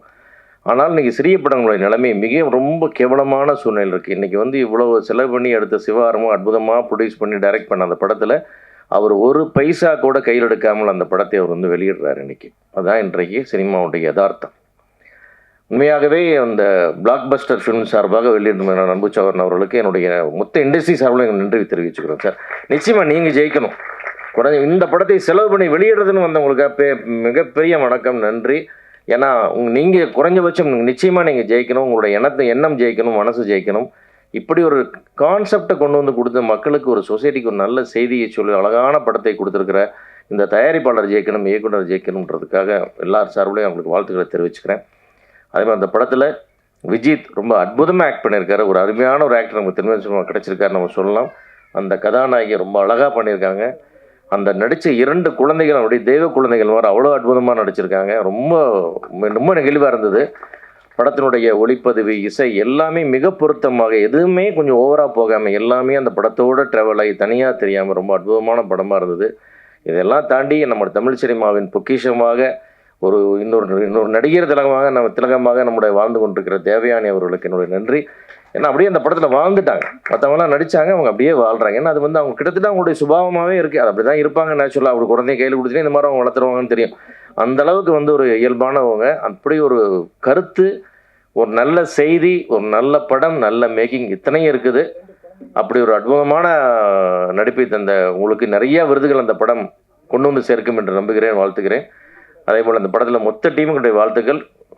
டெஃபினட்டாக வந்து தமிழ் சினிமா ஒரு நல்லா இருக்கணும்னு சொன்னால் இந்த மாதிரி சினிமாக்கள் ஓடணும். இது ஓடி எல்லாரும் லாபம் சம்பாதிக்கணும், பெயர் சம்பாதிக்கணும், புகழ் சம்பாதிக்கணும். அதுக்கு என்னுடைய அன்புக்குரிய மீடியா நண்பர்கள் உதவ வேண்டும் என்று கேட்டுக்கொண்டு விடைபெறுகிறேன். நன்றி. So hi. ஹாய். ஓகே, ஹாப்பியா படத்தில் நடிச்சது? சூப்பரா இருக்கா. என்ன கேரக்டர் கொடுத்தாங்க? உங்களை என்ன பண்ண சொன்னாங்க படத்தில்? என்ன பண்ணீங்க நீங்க? பலூன் கீழே வச்சுட்டா தான் அங்கே தெரியும் கேமராவில் உங்கள் ஃபேஸ் எல்லாம் தெரியாது. என்ன பண்ணீங்க நீங்கள் படத்தில்? என்ன பண்ணீங்க? ஆக்டிங் பண்ணீங்க. யார் சொல்லி கொடுத்தா ஆக்டிங்? அம்மா. அம்மா சொல்லி கொடுத்தாங்களா? நீங்கள் சமத்தான பாப்பாவா? நீங்கள் யாருக்கா தேங்க்ஸ் சொல்லணுமா? யாருக்கு? எல்லாரும் அங்க பார்த்து எல்லாரும் எங்க படத்தை வந்து பாருங்க சொல்லி எல்லாரும் பண்ணிட்டு பாருங்க. So cute. Thank you. நீங்க பேசுறீங்களா? ஃப்ரெண்ட்ல வந்துடலாம். ஹாய். ஹாய். உங்க பேரு? என் பேரு நிஹாரிகா. ஓகே, படத்தில் நடிச்சது எப்படி இருந்துச்சு? பிடிச்சிருந்துச்சு. ஓகே, என்ன கேரக்டர் நடிச்சீங்க? நிலா. மே 9th படம் ரிலீஸ் ஆகுது. எல்லாரும் தியேட்டரில் பாருங்க. தேங்க்யூ. இந்த நிஹாரிகாவே தான் என்னோட கைக்குட்டை ராணி. இந்த பாப்பா தான். இந்த படத்தில் நடிக்கும்போது தான் இந்த பாப்பாவை பார்த்தேன். ஒரு அற்புதமான ஒரு குழந்தை நட்சத்திரம் இது. பயங்கரமான நடிப்பு, ரொம்ப ஃபோக்கஸ்டான ஒரு குழந்தைய பார்த்தேன். இவ தான் என்னோட கைக்குட்டை ராணி. இவ தான் என்னோட ஷார்ட் ஃபிலிம் நடிச்சிருக்கா. ரொம்ப பிரமாதமாக பண்ணியிருக்கா. இவளுக்கு வந்து நார்வே ஃபிலிம் ஃபெஸ்டிவலில் வந்து சிறந்த குழந்தை கான விருது இப்போ வந்திருக்குது. படத்தை பாருங்கன்னு சொல்லுங்க. படத்தை பாருங்க. மே 9th ரிலீஸ் ஆக போகுது. மே 9th ரிலீஸ் ஆக போகுது. நிழல் குடை குடும்பத்தோட எல்லாரும் தியேட்டர்ல வந்து பாருங்க. Thank you. Very good. So cute. 2 குழந்தை பேசின மாதிரி இருந்தது மேம். தேங்க்யூ. இப்போ சமீபத்தில் நான் செல்லுமணி சாருக்கு மேனேஜர், பிஆர்ஓ, டிரைவர் ஆகிட்டேன். நான் ஒரு ஆட்டுக்கு ஒரு படத்தை கமிட் ஆகிறாரு. நான் வந்து ஆடியோஸ் வந்துன்னு சொல்லிடுறாரு. அதே மாதிரி தேவானி மேடம் ஹீரோனா பண்ணுறாங்க. இந்த படத்துக்கு வரணும்னு சொல்லிட்டாரு. பெப்சிக்கு நான் மதியம் போயிட்டேன். ஒரு குரூப்பாக வருது. இந்த எலெக்ஷன் அந்த கூட்டணி பேசுகிற மாதிரி என்னண்ணே ஒரு குரூப்பாக வந்துக்கிட்டு இருக்கு. இவரே எங்கே கமிட் ஆகுங்கிறது மறந்துடுறாரு முதல்ல. அந்த டென்ஷனில் நான் கூட இருந்து சரி தேவானி மேடம் ஸ்பெஷலாக சொல்லியிருக்காங்க அப்படி மீட்டிங்கை முடிச்சுட்டு அவர் கூடவே அவர் வீட்டுக்கு போய் அங்கேருந்து நேராக கூட்டிகிட்டு இங்கேருந்து விட்டாச்சு மேடம். ஆமாம், இப்போ வந்து நான் வந்து இந்த படத்தில் பிஆர்ஓ பேர் போடும் கொஞ்சம். அண்ணன் சீமான் அவர்கள். ஆமாம், கொஞ்ச காலமாக அவரை கருப்பு சட்டையிலே பார்த்தேன். எனக்கு கொஞ்சம் வருத்தமாக இருந்துச்சு, என்னடா அண்ணன் கருப்பு சட்டையே போட்டுருக்காரு அப்படின்ட்டு. இப்போ கொஞ்சம் வெள்ளைக்கு மாறி இருக்கார். வெள்ளையில் மாறி இருக்காரு. கருப்பு சட்டையில் பார்த்த விட வெள்ளை சட்டையில் அண்ணன் அழகாக இருக்கீங்கண்ணே, இப்போ கலையாக இருக்கீங்கண்ணே. நீங்கள் கருப்பு சட்டையை தவிர நீங்கள் வெள்ளையை போடுங்க, மஞ்சளை போடுங்க, பச்சையை போடுங்க, சிவப்பை போடுங்க, கருப்பை மட்டும் போட்டுறாதீங்க. ஏன்னா அது உங்களுக்கு செட் ஆகலை. இல்லை, நீங்கள் பிங்க் கலர் போடுங்க. காய் போட வேணாம், பிங்க் கலர் போடுங்க. இல்லை தேசிய கொடியில் மேலே ஒரு பச்சை வெள்ளை 90 கலர் இருக்குல்ல, அதை போட்டுருங்க. ஆமாம், அந்த கருப்பை மட்டும் ஏன்னா கொஞ்சம் டல் அடிக்குது உங்களுக்கு. இப்போ ஃப்ரெஷ்ஷாக இருக்கீங்கண்ணா, ரொம்ப ஃப்ரெஷ்ஷாக இருக்கீங்க. அப்புறம் ஆனால் இங்கே அதிகமாகலாம் சொன்னார், ஆனால் நிறைய பணிகள் இருக்கும், டென்ஷனாக இருப்பார். இன்றைக்கி அரசியல்வாதியிலேயே ரொம்ப கூலாக இருக்கவர் அண்ணன் தான். அரசியல் தலைவர்களையே ரொம்ப ஃப்ரெஷ்ஷாக அவராக ஜாலியாக இருக்கார். ஏன்னா இந்த தேர்தல் வர நேரத்தில் இந்த கூட்டணி தேவைப்படுதில்ல, அவங்க டென்ஷன் ஆவாங்க. அவனை பிடிப்புமா, இவரை பிடிப்புமா, இந்த கட்சி ஆளை பிடிச்சா இந்த ஓட்டு வந்துடும், ஓட்டு கணக்கெலாம் போட்டு மண்டை பிச்சு அவ்வளவு நடக்கும், டென்ஷன் இருக்கும். தமிழ்நாட்டிலேயே அந்த டென்ஷன் எதுவுமே இல்லாத ஒரே ஆள் அண்ணன் சீமான் தான். ஏன்னா அவர் கூட்டுறது கவலையே போகிறதில்ல. நீ கூப்பிட்டாலும் நான் வரமாட்டேன், நானும் யாரையும் கூப்பிட மாட்டேன், எனக்குன்னு டென்ஷன். அதனால் அண்ணன் டென்ஷனாக இருப்பார், பரவாயில்லாம் நீங்கள் இங்கே பில்டப் பண்ணாதீங்கண்ணே, அதிகமானண்ணே. அவர் அண்ணன் ரிலாக்ஸாக இருக்கார். இங்கே அவருக்கு ரிலாக்ஸ் ஆகிற ஒரே இடம் நம்ம சினிமா ஃபங்க்ஷன் தான். ஏற்கனவே ஒரு நம்ம தங்கர் பச்சன் ஆர்டிஃபிஸ்க்கு வந்தீங்க, வீடியோலாம் பார்த்தேன். ரொம்ப நாளைக்கு அப்புறம் அந்த கத்தல வீரம், இந்த உணர்ச்சி அதெல்லாம் இல்லாமல் என்ன ஜாலி. இளையராஜா சார் பாட்டை பாடி பாடி பாடி அது கேட்கும்போது நம்மளுக்கு ரிலீஃபாக இருக்குது. அப்போ அவருக்கு எவ்வளோ ரிலீஃபாக வந்திருக்கோம். ஆனால் நீங்கள் அடிக்கடி வாங்க, இங்கே வந்தால் தான் உங்களுக்கு ஒரு புத்துணர்ச்சி கிடைக்கும், ஒரு எனர்ஜி ஏற்றிக்குங்க. இங்கே என்ன தான் நீங்கள் அரசியல் பண்ண விட சினிமா தான் உங்களுடைய தாய் வீடு மாதிரி. அண்ணன் அது மறக்காமல் வந்துக்கிட்டு இருக்காரு. அப்புறம் தேவயானி மேடம், அவங்க சொல்லணும்னா இப்போ நடிகையிலே அவங்க தான் ஒரு சகலகலா வள்ளி. ஏகப்பட்டதில் போயிருக்காங்க, அப்படியே நடித்தாங்க. அப்புறம் கொஞ்சம் காலம் டீச்சராக இருந்தாங்க. இது சம்பளத்துக்கு இல்லை, ஆத்ம திருப்திக்கு. நம்ம பசங்களுக்கு வந்து நம்ம கல்வி கற்றுக் கொடுக்கணும், அது ஒரு திருப்தி. அங்கே இருந்தாங்க, ப்ரொடியூஸ் பண்ணாங்க. இதெல்லாம் பரவாயில்ல. இயக்க சங்கத்தில் உறுப்பினர் ஆகாமல் டேரக்ட் பண்ணிட்டாங்க. நானும் சரி படம் பண்ணிட்டாங்க. நானும் தொடர்ந்து சொல்லிட்டே இருக்கேன், சீக்கிரம் நீங்கள் உறுப்பினர் ஆயிடணும். ஏன்னா எங்கள் இயக்க சங்கத்தில் பெண் உறுப்பினர் கம்மியாக இருக்காங்க. ஆமாம், அதனால் நீங்கள் வந்துடணும். அவங்க பாருங்கள், கைக்குட்டை ராணின்னு ஒரு படம் பண்ணாங்க, குறும்படம். டக்குன்னு பண்ணிடல, அதையும் முறையாக பண்ணணும்னு டேஷன் கோர்ஸ் படிச்சுட்டு பண்ணுறாங்க. இதில் கொஞ்சம் யோசிக்கணும். ஏன்னா இப்போலாம் 10 படம் நடித்தாலே டேஷன் கற்றுக்கலாம். இப்போது நடிகர்லாம் 4 படம் பண்ணிவிட்டு டேஷன் பண்ண ஆரம்பிச்சிடுவாங்க. இவங்க யாரும் 50 எத்தனை படம் மேடம்? 50 படமா நடித்தது இது வரைக்கும்? ராஜகுமார் சார் கணக்கு சொல்லுங்கள் சார்.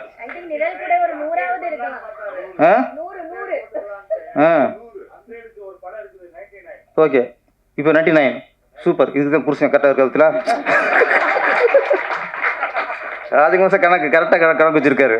ஆமாம், ஓகே ஓகே. அது அது குருதட்சணை. இது ஆமாம், குருதட்சணை வந்து 100 படம் மேடம் அங்கே பண்ணிடுங்க. என்னன்னா 100 கூட பண்ணிட்டாங்க. இதுவே டேஷன் பண்ணுறதுக்கான அனுபவம் வந்திருக்கோம், பண்ணலை. வீட்லேயே ஒரு டேரக்டர் இருக்கார், அவர்கிட்ட டேரக்ஷன் எப்படின்னு கேட்டு தெரிஞ்சிருக்கலாம். அங்கே உஷாராயிட்டாங்க, வேணாம் உஷாராயிட்டாங்க. நம்ம முறையாக டேரக்ஷன் கோர்ஸ் படித்து கரெக்டான படம் பண்ணுவோம் அப்படின்ட்டு பிரசாத் லேப்லேயே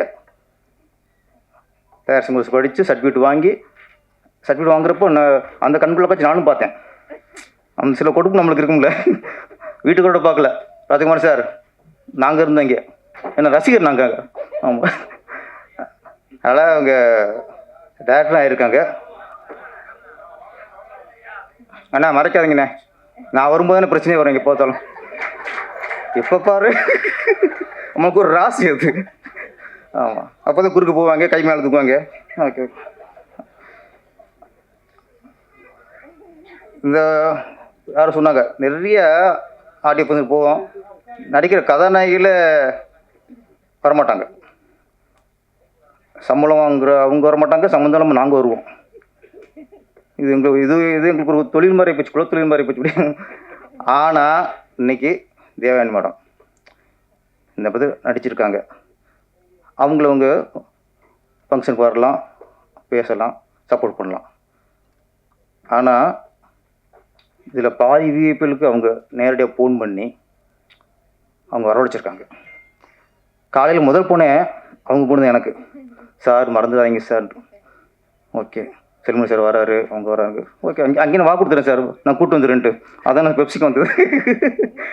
அதனால் ஒரு ஆர்டிஸ்ட்டாக அதோட ஒதுங்கிறாமல் அவள் இன்வால்வ்மெண்ட்டு, இந்த இன்வால்வ்மெண்ட் இருந்தாலே இந்த நூறன் மேடம் நீங்கள் 200 தாண்டிடுவீங்க. தொழில் இன்வால்வ்மெண்ட் இருந்தாலே எல்லாம் கண்டிப்பாக சாதிக்கலாம். அது வேணும். அப்புறம் இந்த படம் நிலக்குடை, இது ஒரு சாதாரண திரைப்படம் அப்படின்னு கலந்து போக முடியாது. ஏன்னா இந்த காலகட்டத்துக்கு ரொம்ப அவசியமான படம், மிக தேவையான படம். பேரண்ட்ஸுக்கு குழந்தைய வளர்த்துவது வேற, குழந்தை வளர்ப்பு வேற. பணக்காரா இருப்பாங்க, கோடீஸ்வரா இருப்பாங்க, அவங்க ஈஸியாக குழந்தைய வளர்த்துக்குவாங்க, படிக்க வைப்பாங்க, லட்சக்கணக்கில் ஸ்கூலில் ஃபீஸ் கட்டி படிக்க வைப்பாங்க, தனியாக பிஸ்னஸ் பண்ணி கொடுப்பாங்க, இல்லை பெரிய வேலைக்கு பெரிய அமௌண்ட்டை லஞ்சமாக கொடுத்து வேலை வாங்கி கொடுப்பாங்க. இதெல்லாம் குழந்தைய வளர்த்து விடுறது. வளர்ப்புங்கிறது என்ன? அது இருக்கா இன்னைக்கு? வளர்ப்பே இல்லை இன்னைக்கு. அதை சொல்கிறதான் இந்த நிழற்குடை. குழந்தைய பெற்றா மட்டும் பத்தாது, வளர்க்கணும், நம்மளை சார்ந்துக்கணும் குழந்தை. அதை விளையாடி அதை மலரை ரசிக்கிற நேரத்தில் எங்கே இருக்குதுமா? அது ப்ளே ஸ்கூலில் இருக்குது. ப்ளே ஸ்கூலில் விட்டோம் அப்படி காலை விட்டு மதியம் தான் வருது. எங்கே பேரண்ட்ஸ் இருக்குது? அதுக்கு வரும்போது ஸ்கூலுக்கு போயிட்டா படிப்பு காலைல போகிறது, சாயந்தரம் தான் வர்றது, இப்போ நைட்டு வர நிறைய ஹோம்ஒர்க், இப்போ நிறைய பாரம், கல்வி பாரம். குழந்தைகிட்ட பேரண்ட்ஸு ஸ்பெண்ட் பண்ணுறதுக்கு டைம் இல்லை. இப்போது இதுதான் இந்த படம் சொல்லுது. குழந்தைய வளர்த்துவது வேற, வளர்க்கணும்னா வளர்க்குறது என்ன? குழந்தை வளர்ப்பு சரியாக இருக்குங்கிறாங்களா? என்ன சொல்கிறாங்க? குழந்தை வளர்ப்பு சரியாக இருக்குன்னா அந்த தாய் தப்புன்னு பொறுப்பாக ஒழுக்கமாக நல்லபடியாக குழந்தை வளர்த்துக்கலான்னு அர்த்தம். அது ஒவ்வொரு பேரண்ட்ஸுக்கு வரணும். இது ஒரு ஷாட்டு. அந்த குழந்தைய குளிக்க வைப்பாங்க, குளிக்க வச்சு துண்டை கட்ட போக அது அவசரப்படும். அந்த குழந்தை, பெண் குழந்தை அந்த ஜட்டியை கட்ட போகும். நோ அப்படின்னு துண்டை கட்டுவாங்க. அதுதான் வளர்ப்பு. டக்குன்னு ஜட்டி குழந்தை கட்டக்கூடாது. அப்போ பதறி போய் அந்த துண்டை கட்டுவாங்க. இது ஒவ்வொரு விஷயங்கள், சின்ன சின்ன விஷயங்கள்லாம் நம்ம பேரண்ட்ஸ் குழந்தைங்க நல்ல விஷயம் சொல்லிக் கொடுக்கணும். அது இன்னைக்கு இல்லை. சேர்த்துட்டா போதும், ஸ்கூலில் சேர்த்துட்டா போதும், ப்ளே ஸ்கூலில் சேர்த்துட்டா போதும், ஸ்கூலுக்கு ஃபீஸ் கட்டினா போதும், வெளிநாட்டுக்கு படிக்க அனுப்பி வச்சுட்டா போதும். அரவணைங்க, அன்பை காட்டணும். இந்த நல்ல விஷயத்தை இன்றைக்கி அது இல்லைங்கிறத இன்றைக்கி இல்லை. அது சுத்தமாக நிறையா இடத்த காணாமல் போச்சு. இது நம்ம வளர்ப்புங்கிறது நமக்கு இல்லை, அதோட லைஃபுக்கு, அதோட வாழ்க்கைக்கு. நீங்கள் ஒழுங்காக எடுத்தால் தான் அது நாளைக்கு வாழ்க்கை நல்லா இருக்கும். ஏன்னா எதுவும் அது பேச தெரியாது, தப்புலாம் தெரியாது, எந்த ஒரு குற்றம்லாம் பேச தெரியாது. அப்படி வளர்ந்துருக்க. அதை சொல்ல தான் இந்த நிழற்குடை. நல்ல படம் இது, மக்களுக்கு வேண்டிய படம் இது, இப்போ தேவையான படம். இந்த படத்துக்கு மக்கள் ஃபுல்லாக சப்போர்ட் பண்ணணும். சின்ன சின்ன படங்கள்லாம் நல்ல கதையும் சில படங்கள்லாம் ஓடுது. அதுக்கு உண்மையிலே இன்னைக்கு போல் மீடியாக்கெல்லாம் நல்லா சப்போர்ட் பண்ணுறாங்க. உங்கள் சப்போர்ட்டில் நிறைய படங்களை இப்போ வெற்றி அடைஞ்சிருக்கு. இந்த படத்தையும் வெற்றியாக்குங்கள். மக்களாகிய அனைவரும் தியேட்டரில் பார்த்து இந்த படத்தை வெற்றி அடைய. நன்றி, வணக்கம். மேடையில் வீட்டிற்கும் எல்லாருக்கும் Bhagyaraj sir, Seeman sir, Kumaresan sir, Selvamani sir, everybody, இங்கே வந்திருக்கும் அனைவருக்கும், ப்ரெஸ் மீடியா எல்லாருக்கும் உங்கள் தேவயானி ராஜகுமாரின் அன்பான வணக்கம். இது என்னோட குடும்ப விழா. இந்த விழாக்கு நீங்கள் எல்லாரும் வந்திருக்கீங்க. ரொம்ப ரொம்ப ரொம்ப ரொம்ப தேங்க்ஸ்.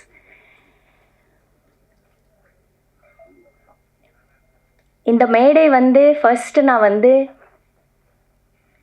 30 இயர்ஸ்க்கு முன்னாடி 1995 எனக்கு அறிமுகம் பண்ண அதியமான் சாருக்கு நன்றி சொல்லலாம்னு நினைக்கிறேன். வாங்க சார், இங்க சார் வாங்க.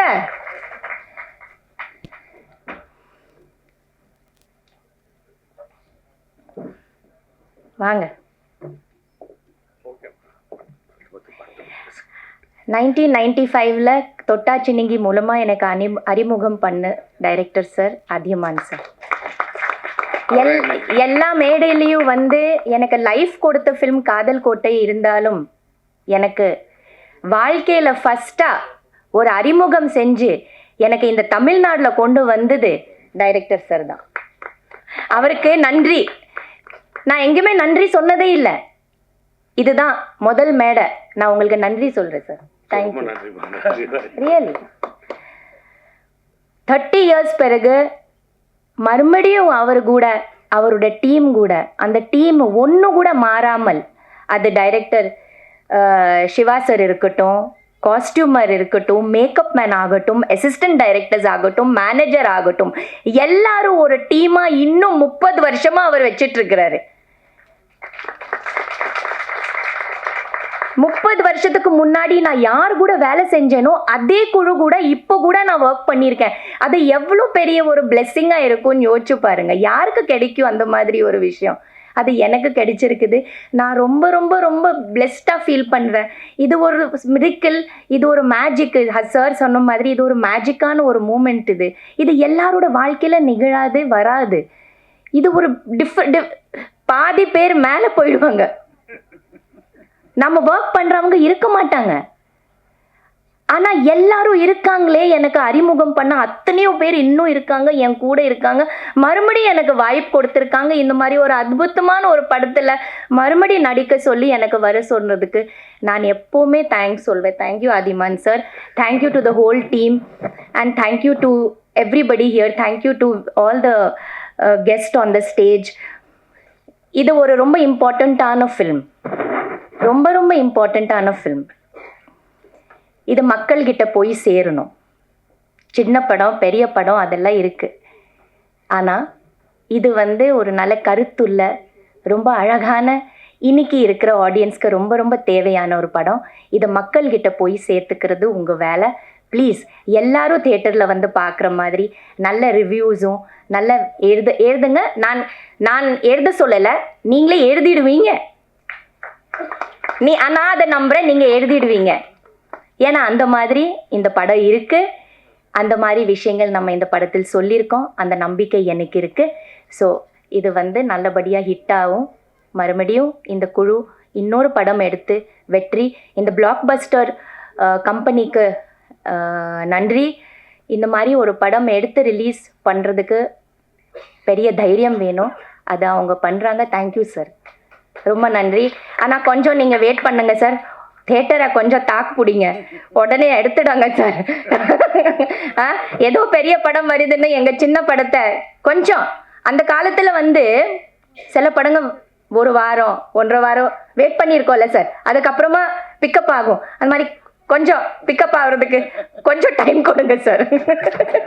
Please don't remove it. Please have the confidence. I have the confidence and I'm sure the people are going to like it. So thank you so much. Thank you. வந்திருக்கும் அனைவருக்கும் எனது மாலை நேர வணக்கம். ஒரு சந்தோஷமான செய்தியோடு தொடங்கலாம்னு நினைக்கிறேன். செய்தி என்னென்னா, நான் அதிக நேரம் பேச விரும்பல, 1 நிமிஷத்தோட முடிச்சுக்கிறேன். என்னென்னா நீங்கள் வெயிட் பண்ணுறது யாருக்காக வெயிட் பண்ணுறீங்கன்னு எனக்கு தெரியும். நீங்கள் பாக்யராஜனோட பேச்சுக்காகவும் சீமானோட பேச்சுக்காகவும் காத்திருக்கீங்க. உங்களுடைய உணர்வு கூட புரிஞ்சு கொண்டு 1 நிமிஷத்தில் ஒரு சில விஷயம் மட்டும் சொல்லிட்டு போயிடுறேன். நான் இந்த விழா எனக்கும் ஒரு குடும்ப விழா தான். என்னென்னா அதியமானன் எங்கள் ஊர் தான். பட் நான் இப்போ அதியமானன் இயக்குற படத்தை நான் தயாரிச்சுக்கிட்டு இருக்கேன். மேக்ஸிமம் ஒரு 60% முடிஞ்சிருச்சுன்னு நினைக்கிறேன். ஷூட்டிங் போயிட்டுருக்கு. ஸோ அவருடைய குடும்பத்திலோட இந்த படைப்பு. ஸோ அதனால் இது எனக்கும் ஒரு குடும்ப விழா தான். நான் தேவயானி மேம் பற்றி பேசணும்னு ஆசைப்பட்றேன். என்னென்னா நான் பார்க்குறேன், இவங்க அன்றைக்கி படம் ப்ரீவியூ போடும்போது பார்த்தேன், வந்தவங்களும் அப்புறம் இவங்க தான் நின்று ரிசீவ் பண்ணாங்க. ரிசீவ் பண்ணி எல்லாரையும் உள்ளே உட்கார வச்சு பார்த்து கடைசி வரைக்கும் பார்த்துட்டாங்க. இன்றைக்கும் பார்க்குறேன், இவங்க முன்னாடி நின்று ரிசீவ் பண்ணி எல்லாரையும் ரிசீவ் பண்ணி கூப்பிட்டு வந்து பார்த்தோம்னா எனக்கு ரொம்ப பொறாமையாக இருந்தது. இப்போ உள்ள ஹீரோயின்லாம் யாரும் ஃபங்க்ஷனுக்கு வர்றதுக்கே பயப்படுறாங்க. ஃபங்க்ஷன் வரை வருவாங்களா வரமாட்டாங்களான்னு தெரிய மாட்டேது. நான் என்னென்ன நீங்கள் சொன்னீங்கல்ல, தேட்டரில் படம் நீங்கள் நிறுத்தி வைக்காதீங்க, 1 வாரம் வெயிட் பண்ணுங்கன்னு சொன்னீங்கல்ல, அதுக்கு நம்ம டைம் ட்ராவலில் 90s போனோம். இப்போ இன்றைக்கி நடக்காதது அவர் கையில் இல்லை, தேட்டருக்காரன் கையில் இருக்குது. இன்றைக்கி ஒரு ஷோ உங்களுக்கு ஆள் வரலைன்னா அடுத்த ஷோ இருக்காது. இன்றைக்கி எல்லாமே ஒரு நாள் நிகழ்ச்சி தான். அந்த 11 மணி ஷோவுக்கு ஆள் வரலைன்னா 12 மணி ஷோவுக்கு அந்த படம் டெத்து முடிஞ்சு போச்சு. அது நீங்கள் சொல்கிறது அந்த 90s காலம். இப்போ நினச்சோம்னா நமக்கு 90s 80s படம் பண்ணவங்க காலத்தோடு நம்ம போய் படம் பண்ணிடலாமல் இருந்தோம். ஏன்னா அப்படி இருந்ததுனால தான் நிறைய இயக்குனர்கள் வந்தாங்க. வராது. பட் இன்னைக்கு உள்ள பிஸ்னஸ் மாடல் அப்படி அதுதான் சொல்கிறேன். இது வந்து இப்போ நம்ம தேட்டருக்காரங்கள்ட்ட கேட்க வேண்டியது. அவங்கள்ட்ட கேட்டால் அவங்க என்ன சொல்லுவாங்கன்னா, எனக்கு வந்து கவுண்டரில் பாப்கார்ன் வைக்கல, டீ வைக்கல, பண்ண வைக்கலன்னு சொல்லுவாங்க. கூட்டம் இல்லை, நான் என்ன பண்ண முடியும்னு சொல்லுவாங்க. ஏன்னா டிக்கெட் விலையை விட நீங்கள் வந்து அதிகமாக அவங்களுக்கு மார்ஜின் வர்றது அந்த கேன்டீனில் தான். ஸோ அவங்களுக்கு தேவை கேன்டீன் ஓடணும். நீங்கள் தயாரிப்பாளர் சங்கத்தில் இருக்கீங்க, நீங்களும் பேசுகிறீங்க, நான் பல மீட்டிங்கில் பார்த்துருக்கீங்க. தமிழ்குமரன் சார், நீங்கள் தான் துணைத் தலைவர் நினைக்கிறேன். பேசி நீங்கள் அமைதியாக இருக்கீங்கன்னு சொன்னார். அவர் பேசும்போது தமிழ்குமரன் ரொம்ப அமைதியானவர் அப்படின்னா, தமிழ்குமரோட இன்னொரு முகம் தெரியல நினைக்கிறேன் அவங்களுக்கு. கண்டிப்பாக உங்களுடைய அந்த நல்ல பண்புக்காகவே இந்த படம் வந்து பெருசாக வெற்றியடைன்னு வேண்டிக்கிறேன். அனைவருக்கும் பேரன்பும் வாழ்த்துக்களும். நன்றி. அனைவருக்கும் வணக்கம். தொகுப்பாளர் வந்து பேச ஆரம்பிக்கும் போது ஒரு குவிஸ் மாதிரி என்ன இருக்குமா, அவங்களுக்குமா எல்லாருக்கும் ஒரு டவுட் இருக்குது. ஆனால் என்னை அழைக்கும் போது நான் எப்படி வெளிப்படையாக இருக்கணும், அது மாதிரி என்னை அழைக்கும் போது என்ன தான் கூப்பிட்றாங்கன்னு எல்லோரும் தெரிஞ்சிடுச்சு. அந்த வகையில் ரொம்ப நன்றி.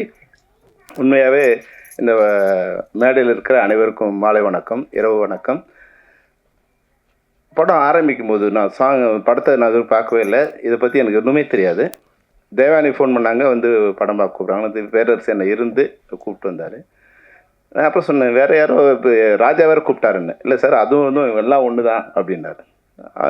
ராஜாவாக தான் எனக்கு தெரியும். இங்கே வந்து தான் சிவா ஆறுமுகம்னு வேறு பேரில் படம் இருந்தது. உண்மையாகவே இந்த படம் சாங் பார்க்க ஆரம்பிக்கும்போது ஒரு ப்ளசண்ட்டாக இருந்தது. ஒரே இறைச்சலமாக இதுவாக இருந்த படத்தில் பார்க்க ஆரம்பித்த ஒரு 1வது நிமிஷத்துலேயே அதுக்குள்ளே வந்து ஆடியன்ஸை உள்ளே எடுக்கிற மாதிரியான ஒரு ஷார்ட்ஸ் அவ்வளோ அழகாக இருந்தது. உண்மையாக ஃபஸ்ட்டு வாழ்த்து யாருக்கு சொல்லணும், கேமராமேனுக்கு தான் அந்த ஃபஸ்ட்டு வாழ்த்து சொல்லணும். அவர் பியூட்டிஃபுல்லாக பண்ணியிருந்தாங்க, ரொம்ப பியூட்டிஃபுல்லாக ப்ளசண்ட்டாக கண்ணுக்கு இனிமையாக இருந்தது. அப்புறம் அந்த இசை மெலோடியாக ஒரு சாங்கு, இது மெலோடி மாதிரி இருக்குது அப்படின்னா அந்த ட்ரெய்லர் பார்க்கும்போது பியூட்டிஃபுல்லாக வந்து அந்த ரீரெக்கார்டிங் வந்து இப்போ வந்த மியூசிக் டைரக்டரில் மிகச்சிறந்த ரீரெக்கார்டிங் கொடுத்துருக்காரு வந்து நரேன். ரொம்ப சூப்பர் அழகாக பண்ணியிருக்காங்க. அப்புறம் நடித்த எல்லாருமே, படத்தில் நடித்த ஹீரோ விஜய், அஜித் ரெண்டுத்தையும் சேர்த்து விஜய்த்துன்னு வச்சுருக்காருன்னு நினைக்கிறேன். எனக்கு ஆனால் அவர் பார்க்கும்போது கார்த்திகை பார்த்த மாதிரி இருந்தது. ஒரு ப்ளசண்ட்டான ஒரு ஸ்மைல். நீங்கள் நிச்சயமாக வந்து தமிழ் சினிமாவுக்கு நீங்கள் ஒரு நல்ல ஹீரோவாக வருவீங்க. நிச்சயம் இப்படியே நீங்கள் ஒரு அன்பாகவும் பணிவாகவும் இருக்கணும். எவ்வளோ உயரத்துக்கு வந்தாலும் தேவயானி மாதிரி நீங்கள் வந்து 100வது படத்தை தொடர்ந்தாலும் வாசலில் நின்று வரவேற்ற ஒரே ஹீரோயின் தேவயானி தான். அது மாதிரி நீங்கள் வரவேற்கலாம் கூட பரவாயில்ல, வணக்கம் சொல்லணும். நீங்கள் 100வது படத்தில் எங்களுக்கு வணக்கம் சொல்லணும். அவ்வளோ அழகாக இருந்தது. அதுபோல் ஹீரோயின் பேர் வந்து கண்மணி, அழகான தமிழ் பேரில். இப்போ ரொம்ப நாள் கழிச்சு ஒரு பேர் தமிழ் பேரில் ஒரு கண்மணின்னு ஒரு ஹீரோயின் பார்த்தோம். ஒரு ப்ளசண்ட்டான ஃபேஸாக இருந்தது. இல்லை, இந்த படம் நம்ம சொல்லுவோம் நல்ல படம் வரணும்னு. ஆனால் நல்ல படத்தை ஓட வச்சா தானே நல்ல படம் வரும். இப்போ இந்த படம் பார்த்தோம். நிச்சயமாக வந்து ஒரு சமூகத்துக்கு என்ன மாதிரியான ஒரு படம் வேணுமோ அது மாதிரி ஒரு படம் பண்ணியிருக்காங்க. இந்த படத்தை ஓட வச்சாதான் நல்ல படத்தை அடுத்தவங்க எடுப்பாங்க. இல்லைனா வந்து வேறு மாதிரியான படங்கள் தான் வர ஆரம்பிக்கும். ஒரு கமர்ஷியல் அப்போது படம் எடுக்கிறவங்களுக்கு திட்டி பிரயோஜனம் இல்லை.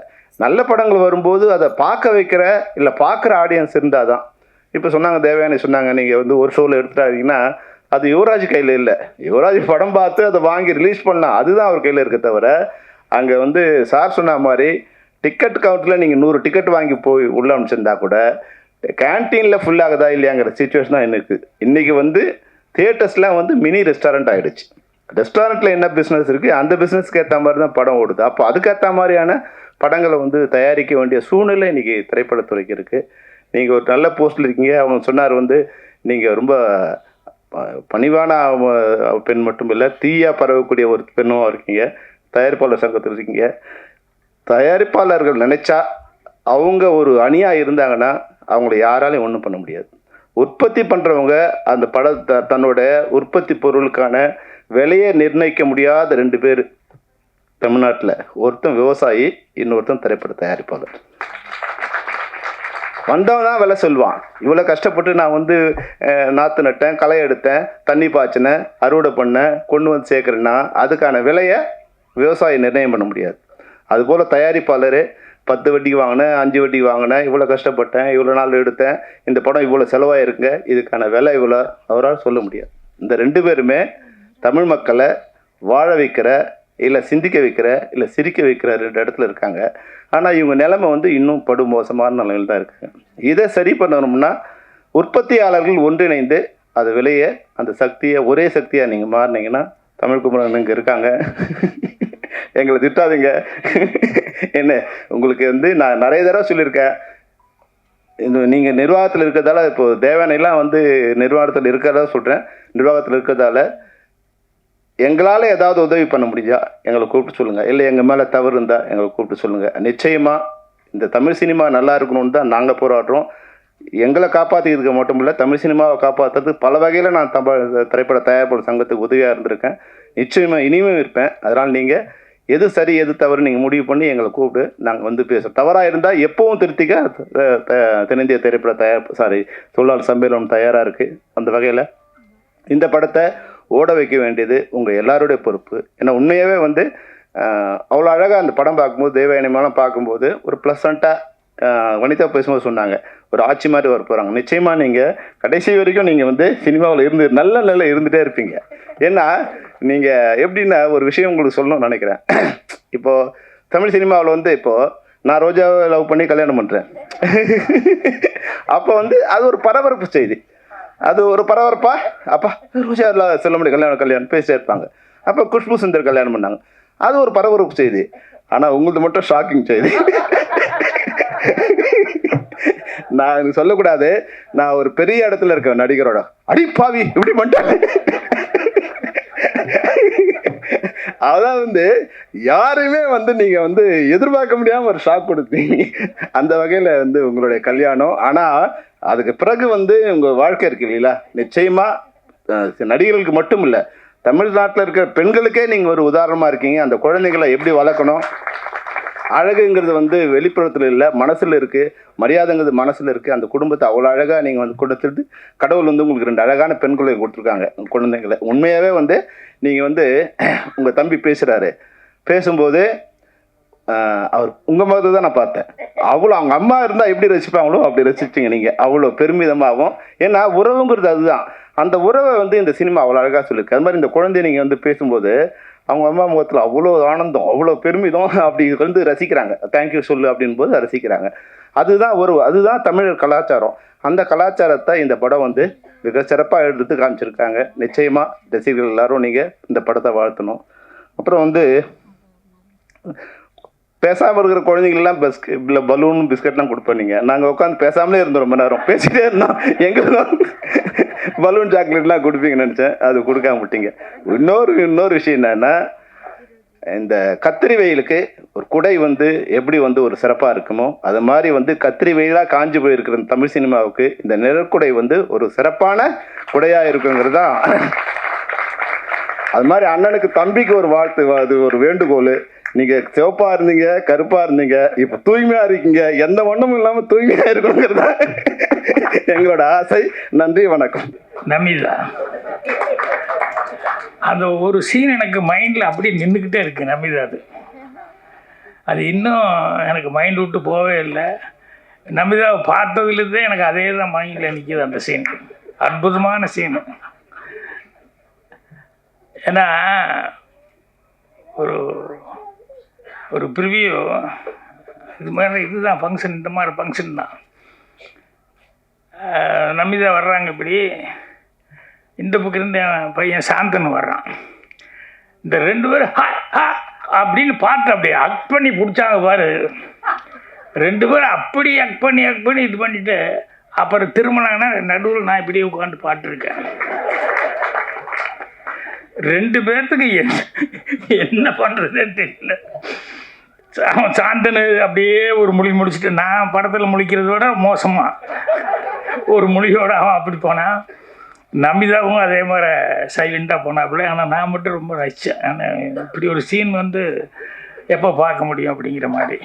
அது அவனை வச்சுட்டு சொல்லியிருந்தா நல்லா இருந்திருக்கும். ஸோ அடுத்தபடியாக இன்னொருத்தருக்கு ரொம்ப ரசிகன். என்னென்னா, மேடையில் எல்லோரும் மைக்கு கிடைச்சா எல்லோரும் பேசுகிறோம், ஆனால் அவ்வளவு ஆளுமையோடு பேசுறது அப்படிங்கிறது சீமானவர். அது பல தடவை அவருடைய பேச்சை கேட்டு ரசித்து நான் ஃபோன் பண்ணியும் பேசியிருக்கேன், நான் மற்றவங்ககிட்டையும் சொல்லியிருக்கேன். ஏன்னா எல்லாத்துக்கும் வராது, அங்கங்கே தகராறாகவும் தடுமாறும். ஆனால் சீமானுக்கிட்ட என்றைக்குமே அந்த தடுமாற்றமே இல்லை. ஸோ அதை எப்பவுமே அவர் பேசுகிறது எங்கே வந்தாலும் டக்குன்னு உட்காந்து கேட்டுட்டு இருப்பேன். ஸோ அவருக்கு ரசிகன். மூணாவது ஒருத்தருக்கு ரசிகன் நான்.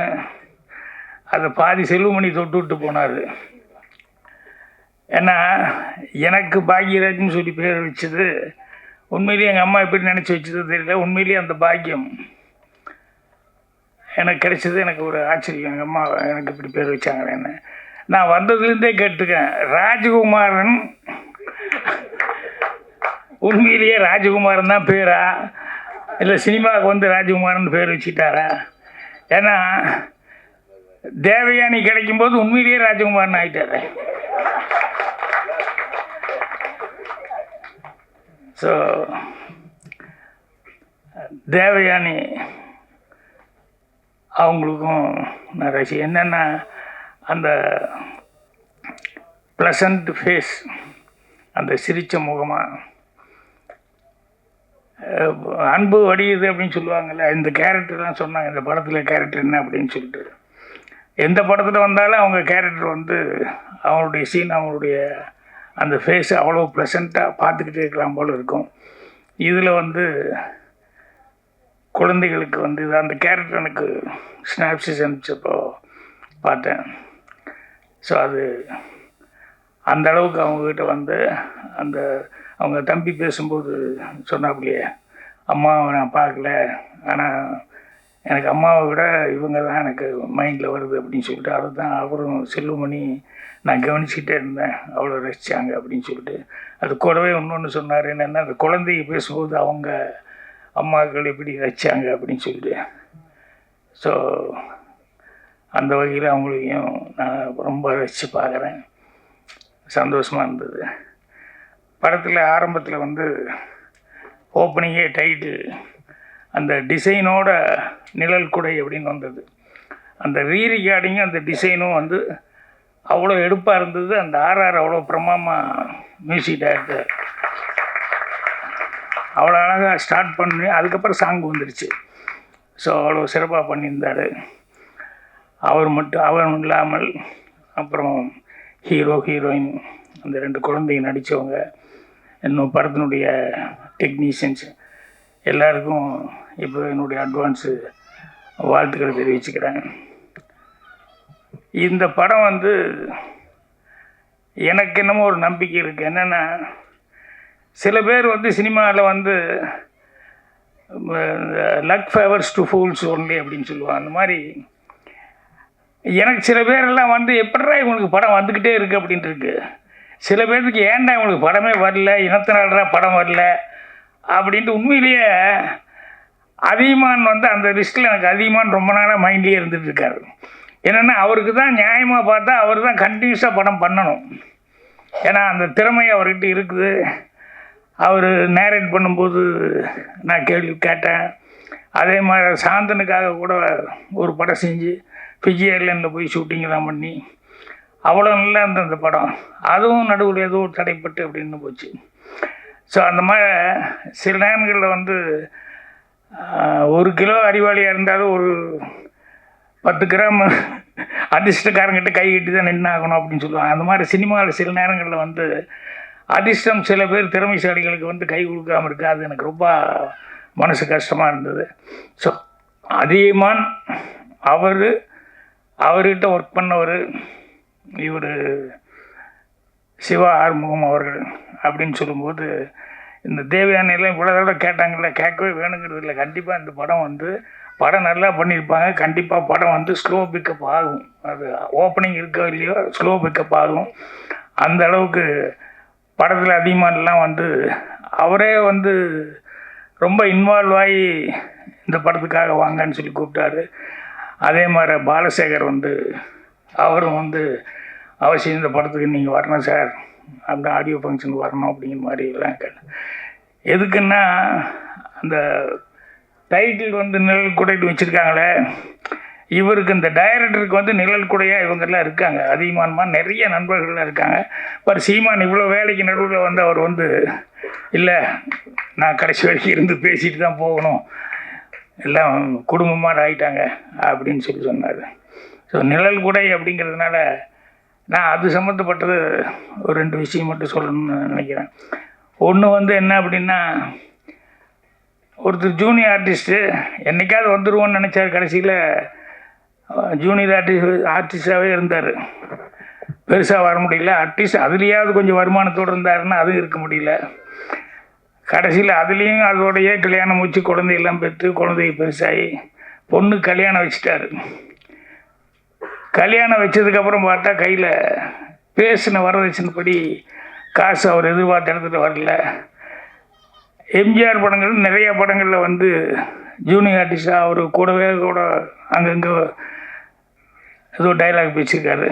சரி கோட்டைக்கு போய் எப்படி நம்ம உள்ளே போக முடியும் அப்படின்னு சொல்லிட்டு போய் அங்கே நின்றுருக்காரு. உள்ளே விட மாட்டேங்கிறாங்க. எப்படியோ தடுமாறி கூட்டத்தில் நின்றுட்டு அவர் வந்து காரை ஏறும்போது பேர் சொல்லி தலைவரே அப்படின்னு அவர் கூட்டத்துலேருந்து பார்த்துட்டார். கூட நடித்தவங்க அவருக்கு என்ன அரசியலுக்கு வந்தாலும் அந்த சினிமாங்கிறது வந்து கடைசி வரைக்கும் அவர் போகல. அவருக்கு பிளட்டில் இருந்துக்கிட்டே இருந்தது கடைசி வரைக்கும் சினிமாங்கிறது. பார்த்தோன்னே நான் நம்ம கூட நடித்தாள் அப்படின்னு சொல்லிட்டு என்ன வான்னு சொல்லி கூப்பிட்டது. என்ன அவ்வளவு கூட்டத்துக்கு நடுவில் பொண்ணு கல்யாணம் காசு ரெடி பண்ண முடியல, நிறுத்தலாமா கேன்சல் பண்ணிடலாமாங்கிற அளவுக்கு இருக்குது. என்ன தெரியுதுங்களா அப்படிங்கிற மாதிரி கேட்டார். எழுதி என்ன தேதி எல்லாம் எழுதி கொடுத்துட்டு கல்யாணம் அந்த ரேட்லேயே வச்சுக்கோ, தேதி மட்டும் கரெக்டாக உதவியாளர்கிட்ட எழுதி கொடுத்துட்டு போயிடு அப்படின்னு. அவர் அவ்வளோ சந்தோஷப்பட்டு போய் கல்யாணத்தை கரெக்டாக ஃபிக்ஸ் எல்லாம் பண்ணி எல்லாம் இது பண்ணிட்டார். ஒரு வாரம் கல்யாணம் இருக்குது. ஒரு 2 நாளைக்கு முன்னால் அவர் தலைவர் உடம்பு சரியில்லாமல் போயிட்டார். அவர் இறந்துட்டாருன்னு சொன்னோன்னே இவர் பயங்கர ஷாக்காகி எங்கே போய் யார்கிட்ட என்ன சொல்ல முடியும் அப்படின்னு சொல்லிட்டு 2 நாள் அந்த துக்கத்தையெல்லாம் பார்த்துட்டு 3ஆவது நாள் இவருக்கு பர்சனலாக இனிமேல் கல்யாணம் நடக்காது, பிரயோஜனமே இல்லை அப்படின்னு சொல்லி அதோட ஃபேமிலியில் எல்லாருமே வேறு மாதிரி ஒரு டிசிஷனுக்கு வந்து எல்லாம் வாங்கி வச்சுட்டாங்க. சாப்பிட்றதுக்கு எல்லாம் ரெடி ஆகிட்டாங்க. நைட்டில் அந்த டைமில் கதவு தட்டுற சத்தம் என்னன்னா, கதவு திறந்தால் நான் சிஎம்மோட பிஏங்க அப்படின்னா அப்படியே ஷாக்கோடு பார்த்தா, இல்லை எப்படி அவர் நோட் பண்ணி வைன்னு என்ன சொல்லியிருந்தார். நான் நோட் பண்ணி வச்சேன். என்கிட்ட கொஞ்சம் பணத்தை கொடுத்து அப்பா போகிறோம், அவங்களுக்கு முதலே கொஞ்சம் கொடுக்கணும், அதனால் எதுக்கு நீ கையில் வச்சுருந்து ஞாபகப்படுத்து, ஏன்னா நம்ம ரொம்ப நம்பிக்கையோடு இருந்துப்பான் அந்த ஆள் அப்படின்னு சொல்லி கொடுத்துட்டு போனார். இந்தாங்க அப்படின்னா அவருக்கு எப்படி இருந்திருக்கும் அந்த ஆளுக்கு யோசிச்சு பாருங்கள். செத்தரலான்னு முடிவு பண்ண ஆளுக்கு வந்து அவர் வந்து மொத்தமும் அவர் என்ன சொல்லிட்டு போனாரோ அந்த நகைக்கு கல்யாணத்துக்கு உண்டான எல்லா செலவுக்கு உண்டானது கொடுத்துட்டு போயிருக்காரு அப்படின்னு சொன்னோடனே அவர் அழுகைக்கு அப்படி எழுதார். அதுக்கப்புறம் ஜானகி அம்மா வந்து அவ்வளோக்கு நடுவுலையும் அவங்ககிட்ட சொல்லியிருப்பாங்க, பிஏக்கு தெரிஞ்சிருக்கு. அப்புறம் அவங்க வந்து கல்யாணத்துக்கு வந்துட்டு போனாங்க. எதுக்குன்னா அப்படி ஒரு நிழல் கொடையாக வாழ்க்கையில் வந்து வாழ்ந்ததுனால தான் இன்றைக்கும் அரசியல் மேடை எந்த மேடையிலையுமே அவர் அவாய்டு பண்ணி 6 நாளையும் ஒன்றும் பண்ண முடியல. ஸோ அந்த நிழல் கொடை டைட்டில் கேட்டோன்னையுமே எனக்கு அந்த இன்சிடென்ட் நான் வந்தது. என்னென்னா நிழல் கொடையாக இருக்கிறது இப்போது சாதாரணமாக நினைப்பாங்க, அவர் சிஎம்மாக இருந்தார், அவர் படங்கள் நிறையா செஞ்சாங்க, அதில் எல்லாம் சம்பாதிச்சிருக்காரு, அவர் செலவு பண்ணார் அப்படின்னு சில பேருக்கு அந்த தாடு கூட வரும். அது இல்லை, மனசுங்கிறது தான் ரொம்ப முக்கியம். எனக்கு தெரிஞ்சு கலைஞான சார் சிவாஜி வச்சு ரஜினி இன்ட்ரடியூஸ் பண்ணார் ஃபஸ்ட்டு படம் அவருக்கு. அதுக்கப்புறம் மிருதங்க சக்கரவர்த்தி தான் எடுத்தார். எடுத்து எல்லாமே அவருக்கு சரியாக வரல, கடன்பட்டார், அவ்வளோ கஷ்டத்தில் இருக்கார். அவர் பேட்டியில் நக்கீரன் இதில் வந்து பேட்டியில் சொல்லும்போது இப்படியெல்லாம் எனக்கு படம் எடுத்து கூட நான் வந்து இன்னும் ஒரு சொந்த வீடு இல்லை, வாடகை வீட்டில் தான் இருக்கேன், இப்படி ஒரு சிரமத்தில் இருக்கிறேன். பட் பரவாயில்ல, ஏன்னா எனக்கு எப்போ கேட்டாலும் நான் வந்து ரஜினி என் படத்தில் நான் ஃபஸ்ட்டு நடித்தாருன்னு சொல்கிறதோ இல்லை மிருதங்க சக்கரவர்த்தியெல்லாம் சிவாஜி சார் வச்சு எடுத்தேன்னு சொல்கிறது அது எனக்கு பெருமை, அது போதும் அப்படிங்கிற மாதிரி சொல்லிவிட்டு அந்த கொஞ்சம் கஷ்டங்கிறது வந்து இல்லை. அந்த நேரம் பார்த்து தேவர் ஃபிலிம்ஸ் அவர் வந்து அவ்வளோ மரியாதையோடு அங்கே தேவர் ஃபிலிம்ஸில் இருந்தார். அந்த சின்னப்பா தேவர் அவர்கள் வந்து அவ்வளோதும் ரைட்டர்ஸ் எல்லாத்தையுமே அரவணைச்சு அப்படி கொண்டு போவார், சின்னவங்க பெரியவங்கிறது இல்லாமல். ஆனால் என்னென்னா அவர் பண்ண ஒரே தப்பு, ஒன் மேன் ஆர்மியாகவே கடைசி வரைக்கும் இருந்து அவர் இருந்த வரைக்கும் சக்ஸஸை பார்த்து எல்லாத்தையும் பண்ணிட்டு போனார். அப்படியே அவங்க பையனையோ மருமகனையோ ட்ரைனிங் கரெக்டாக பண்ணாமல் விட்டார். அதனால் அவர் போனதுக்கப்புறம் பார்த்தா அந்த ஃபேமிலியே ஒரு கஷ்டத்துக்குள்ளே ஆயிடுச்சு. அந்த நேரத்தில் ஏதோ ஒரு அவங்க குடும்பத்துக்கு கஷ்டம், இவர் காதுக்கு வருது, ஐயோ அதுக்கு நம்ம ஒரு பணம் கொடுத்து ஹெல்ப் பண்ண முடியாமல் இப்படி உட்காண்ட்ருக்குமே அப்படின்னு சொல்லிட்டு நம்மளே இவ்வளோ சிரமத்தில் உட்காண்ட்ருக்குமே அப்படின்னு சொல்லும்போது இவருடைய பேட்டியை பார்த்துட்டு சேலத்திலேருந்து ஒரு அட்வொகேட்டு, அவருக்கு இவரை தெரியாது கலைஞானத்தை பற்றி, ஆனால் இவர் பேட்டியை பார்த்துட்டு இப்படியெல்லாம் நீங்கள் கஷ்டப்பட்டு இவ்வளோ தூரம் லைஃப்பில் வந்து வைக்கீங்க, ஸோ ஏதோ உங்கள் கஷ்டத்துக்கு என்னால் முடிஞ்சது நான் அனுப்பிச்சி வைக்கிறேன்னு சொல்லி ஒரு 10,000 ரூபா வந்து அவருக்கு அனுப்பிச்சிருக்காரு. கலைஞானன்னா அப்படியே ஒரு சந்தோஷம்னா அப்படி ஒரு சந்தோஷம். நம்ம கொடுக்க முடியலையேன்னு நினச்சோம், நமக்கு வந்து எங்கேயோ இருந்து இப்படி ஒரு 10,000 ரூபா வந்து அப்படியே எடுத்து கொண்டு போய் தேவர் ஃபிலிம்ஸ் அந்த குடும்பத்துக்கு கொண்டு போய் கொடுத்தாரு. அதுதான் மனசு.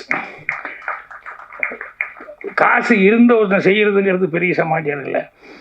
அவருக்கே அவ்வளோ கஷ்டத்தில் இருக்காரு, பேட்டி கொடுத்துட்ருக்காரு. ஆனால் அவருக்கு ஒரு 10,000 ரூபா வந்தது அப்படின்னு சொன்னோடனே அதை கொண்டு போய் அந்த நம்ம வேலை பார்த்த இடம் நம்ம அங்கே தான் இருந்து சாப்பிட்டோம் அப்படின்னு சொல்லிட்டு அவங்களுக்காக செஞ்சார். அதுதான் நமக்கு பெரிய சமாச்சாரம்.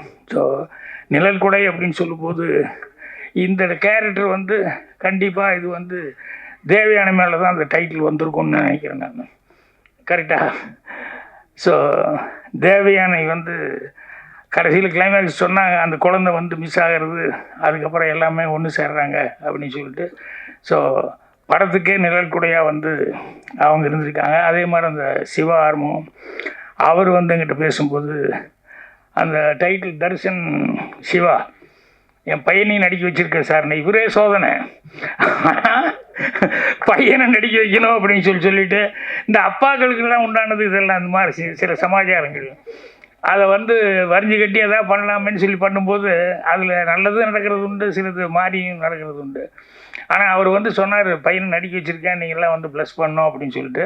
ஒன்றும் இல்லை, ஒரு 2-3 க்ளோஸ்அப் பார்த்தேன் அந்த பையனது. அந்த பையன் உண்மையிலேயே அவன் லுக்கு, அவன் பார்க்குற இதெல்லாம் வந்து உண்மையிலேயே இந்த பையன் வர முடியும் அப்படிங்கிற அந்த நம்பிக்கையை வந்து கொடுத்தது. அதனால் அது அதில் கெட்ட பேரமாக இருந்தது இல்லையா? வாழ்த்துக்கள், கண்டிப்பாக நல்லா வருவீங்க நீங்கள். அவங்க அப்பாவோடைய இது சொல்கிறேன், ஏன்னா பெத்தாச்சுன்னா அதோட முடிஞ்சு போகல, அதுக்கப்புறம் பாருங்கள் இதெல்லாம் வந்து கேட்க வேண்டியது, எல்லாம் பண்ண வேண்டியிருக்கு. ஸோ அவருக்கு அவங்க ஹீரோயின் எல்லாம் நடித்தாங்க, அவங்க எல்லாத்துக்குமே என்னுடைய இது. இந்த ஹீரோயினுக்கு என்னன்னு தெரியல, இந்த பெரியன்னு அடிக்கடி சொல்லிட்டு இருந்தாங்க, என்னுடைய பெரிய வாழ்த்து நன்றி, என்னுடைய பெரிய வணக்கம், என்னுடைய பெரிய அப்படின்ட்டு. சரி நான் நினச்சிட்டேன், சரி நமக்கு ஆகும்னா இந்த ஷோன்னு எனக்கு வர்ற மாதிரி வந்து இந்த பெரியங்கிறது வந்து அவங்களுக்கு ஒரு இது மாதிரி வந்துடுச்சு போல அப்படின்னு சொல்லிட்டு அவங்களும் வந்து ரொம்ப அழகாக இது பண்ணியிருக்காங்க. ஸோ படத்தினுடைய டெக்னீஷியன்ஸ் எல்லாத்துக்குமே வந்து என்னுடைய வாழ்த்துக்கள் தெரிவிச்சுக்கிறேன். கண்டிப்பாக நான் சொன்ன மாதிரி அதிகமானவர்களெல்லாம் இதில் வந்து இருந்திருக்காங்க, கலந்துருக்காங்க அப்படின்னு சொல்லும்போது கண்டிப்பாக ஒரு நல்ல படத்தை தான் அங்கே வந்து எடுத்திருப்பாங்க. அதனால் ஜனங்க சப்போர்ட், பத்திரிக்காரங்க எப்படி நீங்கள் நல்லா இருக்குன்னு எழுத போகிறீங்க, ஜனங்கக்கிட்ட வந்து அது போகும்போது உண்மையிலேயே அதுக்கு உண்டான மரியாதை கிடைக்கும். அப்புறம் இங்கே பேட்டி இந்தம்மா தமிழ் ஐஸ்வர்யாவா தமிழ் சுத்தமாக பேசுனம்மா, ரொம்ப நல்லா இருந்தது. நானும் தான் தமிழ் மீடியம் படித்தேன், எனக்கு தமிழில் எவ்வளோ தகராறு இருக்குது எனக்கு தான் தெரியும். ஆனால் தமிழ் அவ்வளோ சுத்தமாக பேசுகிறாங்க. முன்ன எல்லோரும் சொன்ன மாதிரி என்னென்னா அவங்க கொஞ்சம் டைம் எடுத்துக்கிட்டாங்க, ஏன்னா இந்த மாதிரி நேரத்தில் தான் அவங்க தமிழை காமிக்க முடியும். அதனால் தமிழ் உச்சரிப்பு ரொம்ப நல்லா இருந்தது. ஸோ அதனால் நான் நல்ல வேலை என்னை வந்து சீமானை பேச விட்டு அவருடைய தொண்டர்கள்லாம் காணாமல் போய் அதில் ஒரு கேப் ஆகி அதுக்கப்புறமா பேசுகிறதுங்கிறது இல்லாமல் இப்போ நான் பாருங்க நான் பேசியாச்சு, டென்ஷன் இல்லாமல் சீமான் பேசுகிறது ஆனந்தமாக கேட்கலாம். ஏன்னா அவர் கதை சொல்லி கேட்டிருக்கேன், சும்மா உட்காந்து பார்த்து பேசிகிட்டு இருக்கேன், அதுக்கப்புறம் மீட்டிங்கில் பேசுகிறேன். இந்த மாதிரி லைவாக சில நேரங்களில் தான் வந்து பேசுறதுக்கான சான்ஸ் கிடைக்கும். ஸோ அதனால் உங்களை மாதிரியே நானும் அவளோட காத்துட்ருக்கேன். மீண்டும் ஒரு முறை இந்த பட டீமுக்கு, அவர் சிவா ஆறுமுகம் எல்லாத்துக்குமே என்னுடைய வாழ்த்துக்களை தெரிவிச்சுக்கிறேன். நன்றி, வணக்கம். இந்த நிகழ்வு எங்கள் குடும்ப நிகழ்வு. நீங்கள்லாம் வந்து இந்த நிகழ்வில் இவ்வளோ நேரம் பங்கேற்று காத்திருக்கிறதுக்கு நான் தான் உங்கள் எல்லாருக்கும் அன்பையும் நன்றியும் சொல்ல கடமைப்பட்டிருக்கிறேன். வரும்போது என்னை வரவேற்க கூட தேவயானி அவர்கள் சொன்னாங்க, நீங்கள் வந்ததுக்கு ரொம்ப நன்றின்னு. இல்லை, எங்கள் படத்தில் நீங்கள் நடித்ததுக்கு ரொம்ப நன்றின்னு நான் சொன்னேன். ஏன்னா இது நாங்களோட குடும்ப படம்னு நினச்சி, எங்கள் குடும்ப படம்னு. கடைசியாக தான் கதாநாயகனாக நடித்த தம்பி விஜித்துக்கும் குடும்ப படம்னு தெரியுது. ஏன்னா அவருடைய பொண்ணு பாப்பாவும் நடிச்சிருக்காங்க. இது அது என்னுடைய அண்ணன் அதிகமான. இப்போ நாங்கள் எல்லாம் ஒரு குடும்பம். இப்போ நாங்கள் ஒன்றா இருந்து பயிற்சி எடுத்து வந்தவங்க. நான், என்னுடைய மைத்துனர் ராஜா, அதை சிவா ஆறுமுகம் எல்லாம்.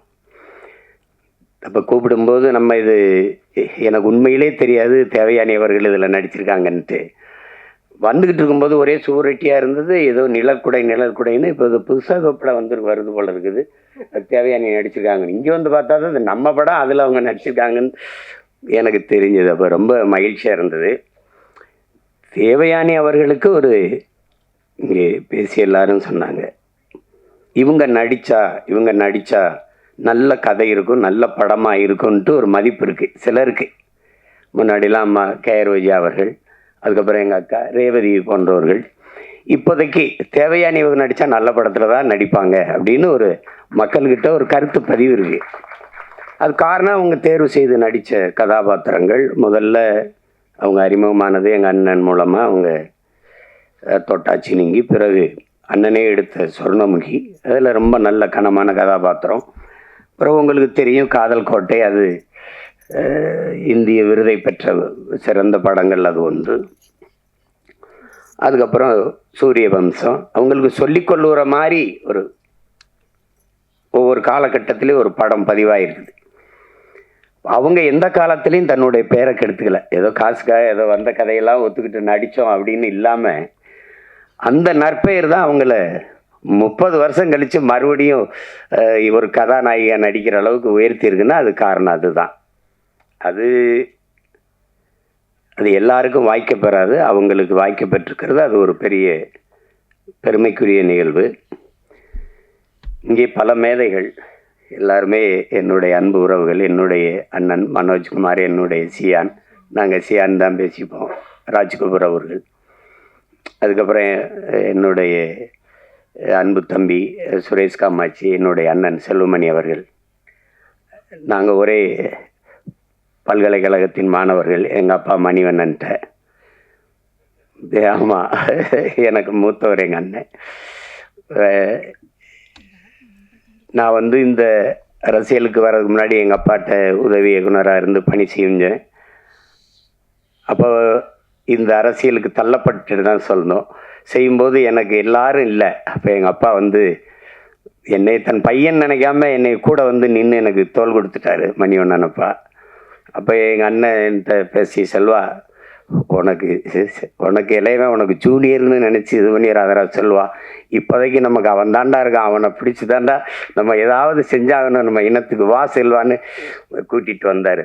அப்போ நாங்கள்லாம் இது எப்படி சொல்கிறதுன்னா, குடும்ப உறவோட கொள்கை உறவாக இணைந்தவர்கள் நாங்கள் அண்ணன் தம்பிகள் எல்லாம். அப்படி என்னுடைய அண்ணன் சிவா எனக்கு ரொம்ப என் மேலே ரொம்ப அன்பு. எனக்கு இன்னைக்கு வரைக்கும் ஒரு குற்ற உணர்வு. நானும் எங்கள் அண்ணனும் இணைஞ்சு பணி செய்யும்போது அதை ஒரு சிறந்த படமாக வெற்றி படமாக தர முடியல என்னால். அதுக்கு இன்னைக்கு வரைக்கும் எனக்கு ஒரு குற்ற உணர்வு இருக்குது.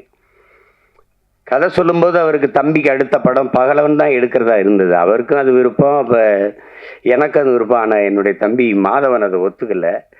அது காரணம் ரொம்ப கடினமாக இருந்துச்சு. தம்பி படத்தில் அவரை ரொம்ப நான் கஷ்டப்படுத்திட்டேன்.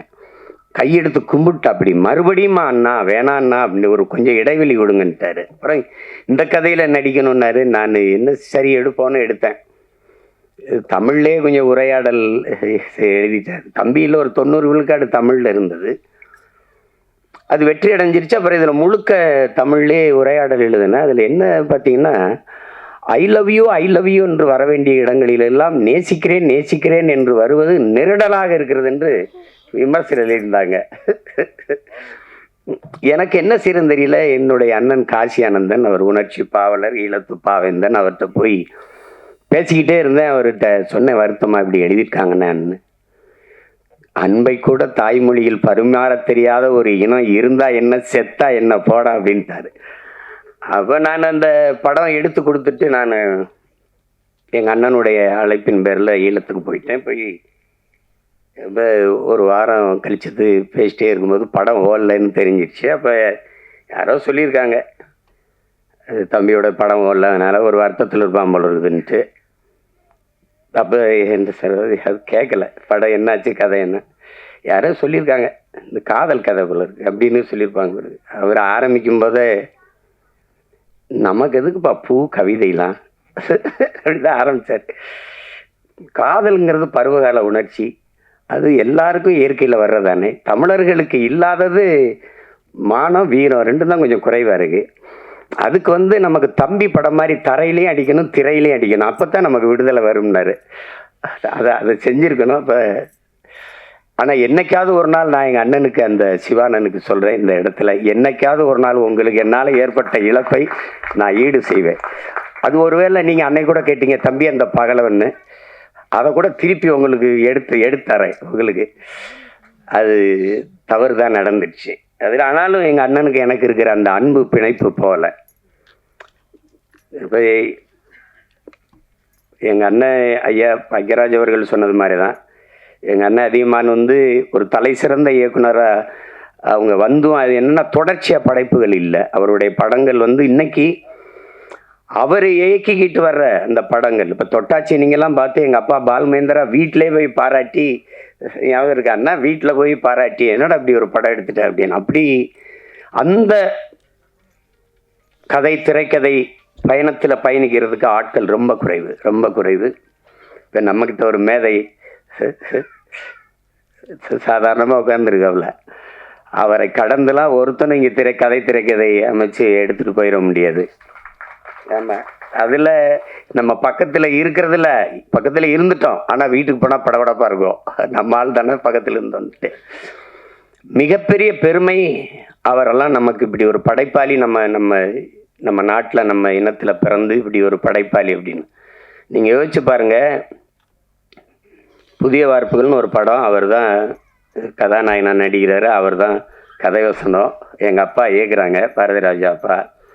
அன்னைக்கு அது புதிய வார்ப்புகள்னு தலைப்பு வைக்கிறதுக்கு இன்னைக்கு என்னென்ன பேர் வருதுன்னு உங்களுக்கு தெரியும். அது நம்ம சொல்லி அது விமர்சனமாக போயிடும். நான் அதை சரி செய்கிறதுக்கு இது நேரம் இல்லை. புதிய வார்ப்புகள் அப்படின்னு அப்போல்லாம் நம்ம எப்போ அந்த காலகட்டத்தில் அதில் ஒரு இறுதிக்கட்ட காட்சி வருது. உரையாடலாம் பிச்சு உதறிப்பாப்ல. ஒரு அந்த விதவை பெண்ணு, அந்த பெண்ணு பூ விற்கும், வாத்தியார் கதாபாத்திரம், அவங்க ரதி, அவங்க பூ அந்த வாத்தியார்கிட்ட இவங்ககிட்ட சொல்லுவாங்க, வாத்தியார இந்த பூ பறிச்சாதான் வாடி போகும், இல்லை செடியில் விட்டாலும் வாடி போயிடும் அப்படின்லாம் இருக்கும். அப்போ இதயம் குங்குமம் இந்த பத்திரிகையெல்லாம் ரொம்ப புகழ் பெற்றது இந்த இதழ்கள். அப்போ நீ இதயம் கொடுத்தாதான் வாத்தியார் குங்குமம் தருவாரா அப்படிலாம் அந்த ஐயோ, அதெல்லாம் ஒரு அதிமேதைகளினுடைய கூடல் அது. அதில் ஒரு அண்ணன் கவுண்டமணிக்கு கதாநாயகியை கட்டி வச்சிடுறாங்க. அந்த வில்லன் கதாபாத்திரம் அந்த கட்டி வச்சிடறாரு ஜி சீனிவாசன் ஐயா.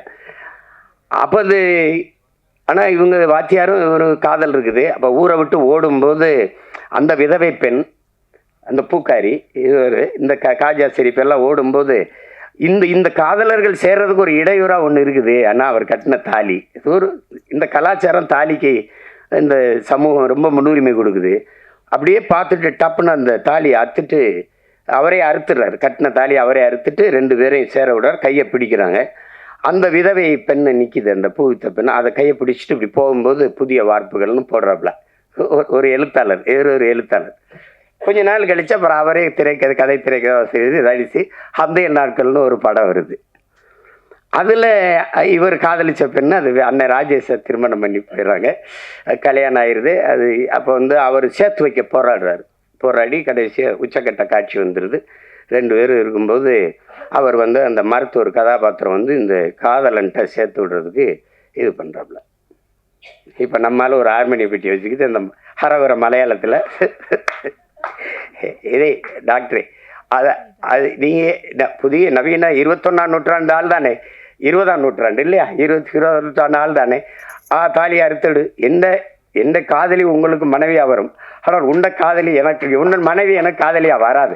அப்போ அந்த அந்த தாலியை அறுத்து எடும் அப்படின்ன உடனே அப்படியே போய் அறுத்து எடுக்க முடியாது. அந்த பெண்ணு தாலி அறுத்துட்டு வர முடியாது. இது கையெடுத்துட்டு பட்டினா இதே மண்ணின் கலாச்சாரம் பண்பாடுன்னு பேசி பட் இந்த கிளைமேக்ஸ் ஓல்டு பட் கோல்டுன்ட்டு போயிடுவாப்ல. இதை யோசிச்சு பாருங்க, உலகத்தில் ஒரே ஆள் தான் தாலி அத்துட்டு போய் வாழ்னு சொன்னால் அதே ஆள் தான், தாலி அக்காம வாழ் இதுதான் கலாச்சாரம் சொன்னது ஒரே எழுத்தாளன் தான். உலகத்தில் இப்படி ஒரு ரைட்டு எழுத்தாளர் இருக்கவே முடியாது. ஒரே எழுத்தாளர் இப்படி எழுதி நம்ப வைக்க முடியும். இப்படி எழுதணும்னா எழுத்தின் வன்மை, எழுத்தின் அழுத்தம் அப்படின்னு சொல்லாமடா. பொய்ய உண்மையில்லை, பொய் சாட்சியிலே நடிச்சவர் தானே அவரு. சாதாரண உட்காந்துருக்காப்ல. எங்க அப்பாவுக்கு ஒரு கிளைமேக்ஸ், எங்க அப்பாவுக்கு ஒரு எழுதி கொடுத்தது வேற, கைதின் டைரியில், அதுதான் ஆட்சிராஜ்தானில் வந்தது. அவர் திமிரா, நீ நான் ராஜு நான் எழுது நானா ஒன்று எடுப்பேன், அது அப்பா செய்வார். அதில் எல்லாரும் நானும் அவர்கிட்ட எழுத்தாளராக வேலை செஞ்சுருக்கேன். எல்லாம் என்ன பண்ணுவார் எங்கள் அப்பான்னு தெரியும். அதில் அவர் சிவாஜி, சத்ரபதி சிவாஜி வேடத்தை போட்டு நிறுத்திட்டாப்ல. சரி, அதுவும் ஓடிடுச்சு. ஏன்னா அது வரைக்கும் நான் திரைக்கதையை பிச்சு தெரியிட்டாப்ல. அப்புறம் இதில் வேற கிளைமேக்ஸ், நான் எழுதி கொடுத்த கிளைமேக்ஸை நான் எடுக்கிறேன் அந்த காட்சின்னு போய் அப்போ அமிதாப் பச்சன் ஸ்ரீதேவி வச்சு ஆக்கிராஜ் சட்டை அதுவும் வென்றுட்டாப்ல. இப்படி ஒரு எழுத்தாளர் அதுக்கு ஒன்றும் நிகர் இல்லை. அது சொல்லி முடியாது. முதல் படம் ஒரு பெரிய இயக்குனர்கிட்ட நடிகரை கதாநாயகனா நடித்து வெளியில் முதல் படம் சுவரில்லாத சித்திரங்கள்னு எடுக்கணும்னா அது அவரை தவிர எவராலும் முடியாது. அப்போ அப்படி ஒரு படைப்பாளி இன்னைக்கு நம்ம பக்கத்தில் உட்கார்ந்து இந்த படத்தை பாராட்டி பேசுகிறாருன்னா அதை விட இந்த படத்துக்கு கிடைத்த பெருமையும் பாராட்டும் ஒன்றும் கிடையாது. ஒரு குடும்ப பாங்கான படத்தை எடுத்து அதையும் தரமான வெற்றியடை வைக்க முடியும். எளிய கதாபாத்திரங்களை வைத்துனா அது அவரால் தான். ஒரு கதையை 2 தாளில் அவர் சொல்லுவாருங்க. தேவர் பிலிம்ஸில் கதை கேட்குறாங்க.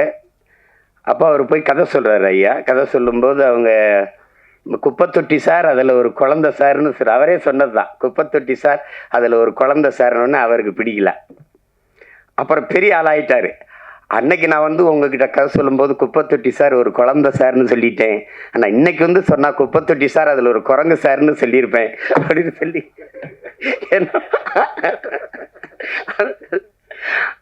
அது ரொம்ப சாதாரண கதை. ஒரு வாத்தியார் கை குழந்தையோட ஊருக்குள்ளே வரான்னு முந்தானை முடிச்சு ஒரு படத்தை எடுத்து, அப்போ எங்கள் ஊரில் பரமக்குடியில் எங்கள் அண்ணனுக்கு தெரியும், ராமநாதபுரத்தில் தான் வெளியிட்டு ரிலீஸ், பரமக்குடியில் 2வது தரம் தான் வரும்.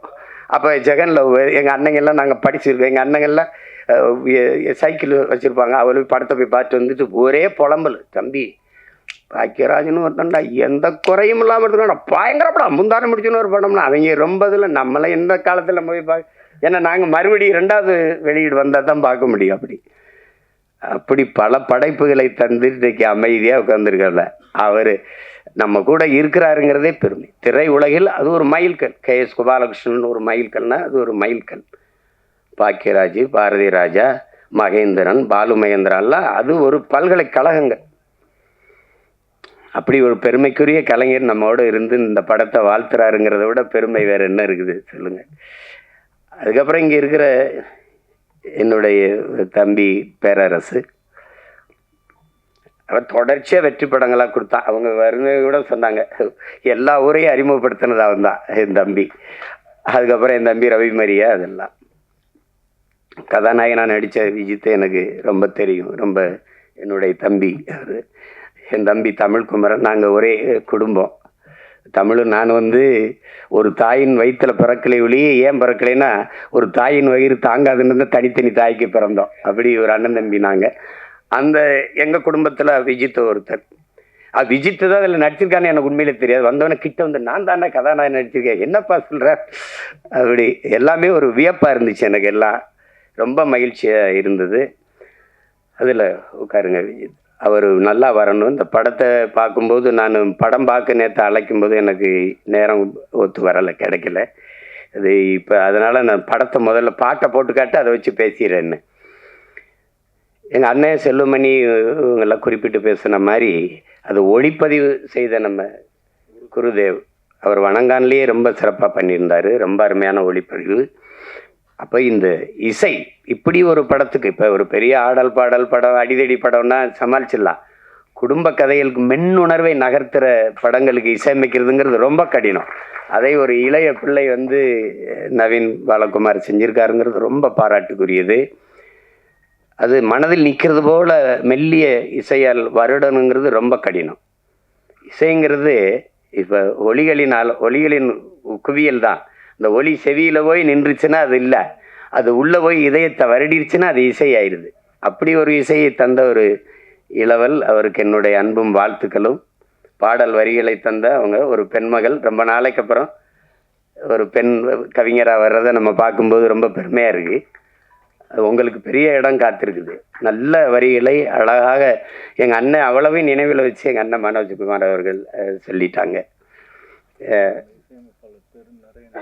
ஆமாம், நரேன் பாலகுமார் சொன்னேன். நரேன் பாலகுமார் அவர்கள் நல்லா செஞ்சுருக்கீங்க. வாழ்த்துக்கள். நாங்கள்லாம் திரையுலகிலேருந்து வந்திருக்கோம். எங்களுடைய மேட்டூர் சட்டமன்ற உறுப்பினர்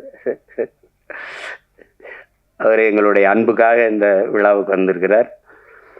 அப்புறம் கதாநாயக நடித்த கண்மணி அவர்கள், அவங்களுக்கு நல்ல வாய்ப்பு இந்த படத்தில். விஜித்தும் அவருடைய பங்களிப்பும் பெருமைக்குரியது. இது எல்லாத்தையும் விட மிகுந்த பாராட்டுக்கும் நன்றிக்கும் உரியவர். இதை மக்களிடத்தில் கொண்டு போய் சேர்க்கிற பெரும் பணியை செய்ய இருக்கிற என் அன்பிற்குரிய தம்பி யுவராஜ் அவர்கள் தான். அவருக்கு தான் இது ரொம்ப, உங்களுக்கு தான் என்னுடைய நன்றியும் அன்பும் வாழ்த்துக்கள். உறுதியாக வெல்லும் படம் வெல்லுதில். பெரிய படம் சின்ன படம்லாம் ஒன்றும் இல்லை. அண்மையில் நான் கோர்ட்டுன்னு ஒரு படம், தெலுங்கு படம், ஏதோ இரவில் ரொம்ப நேரம் கொஞ்சம் மண்டை அழுத்தமாக இருந்தால் தூக்கம் வரலைன்னு கொஞ்சம் பார்ப்பேன்.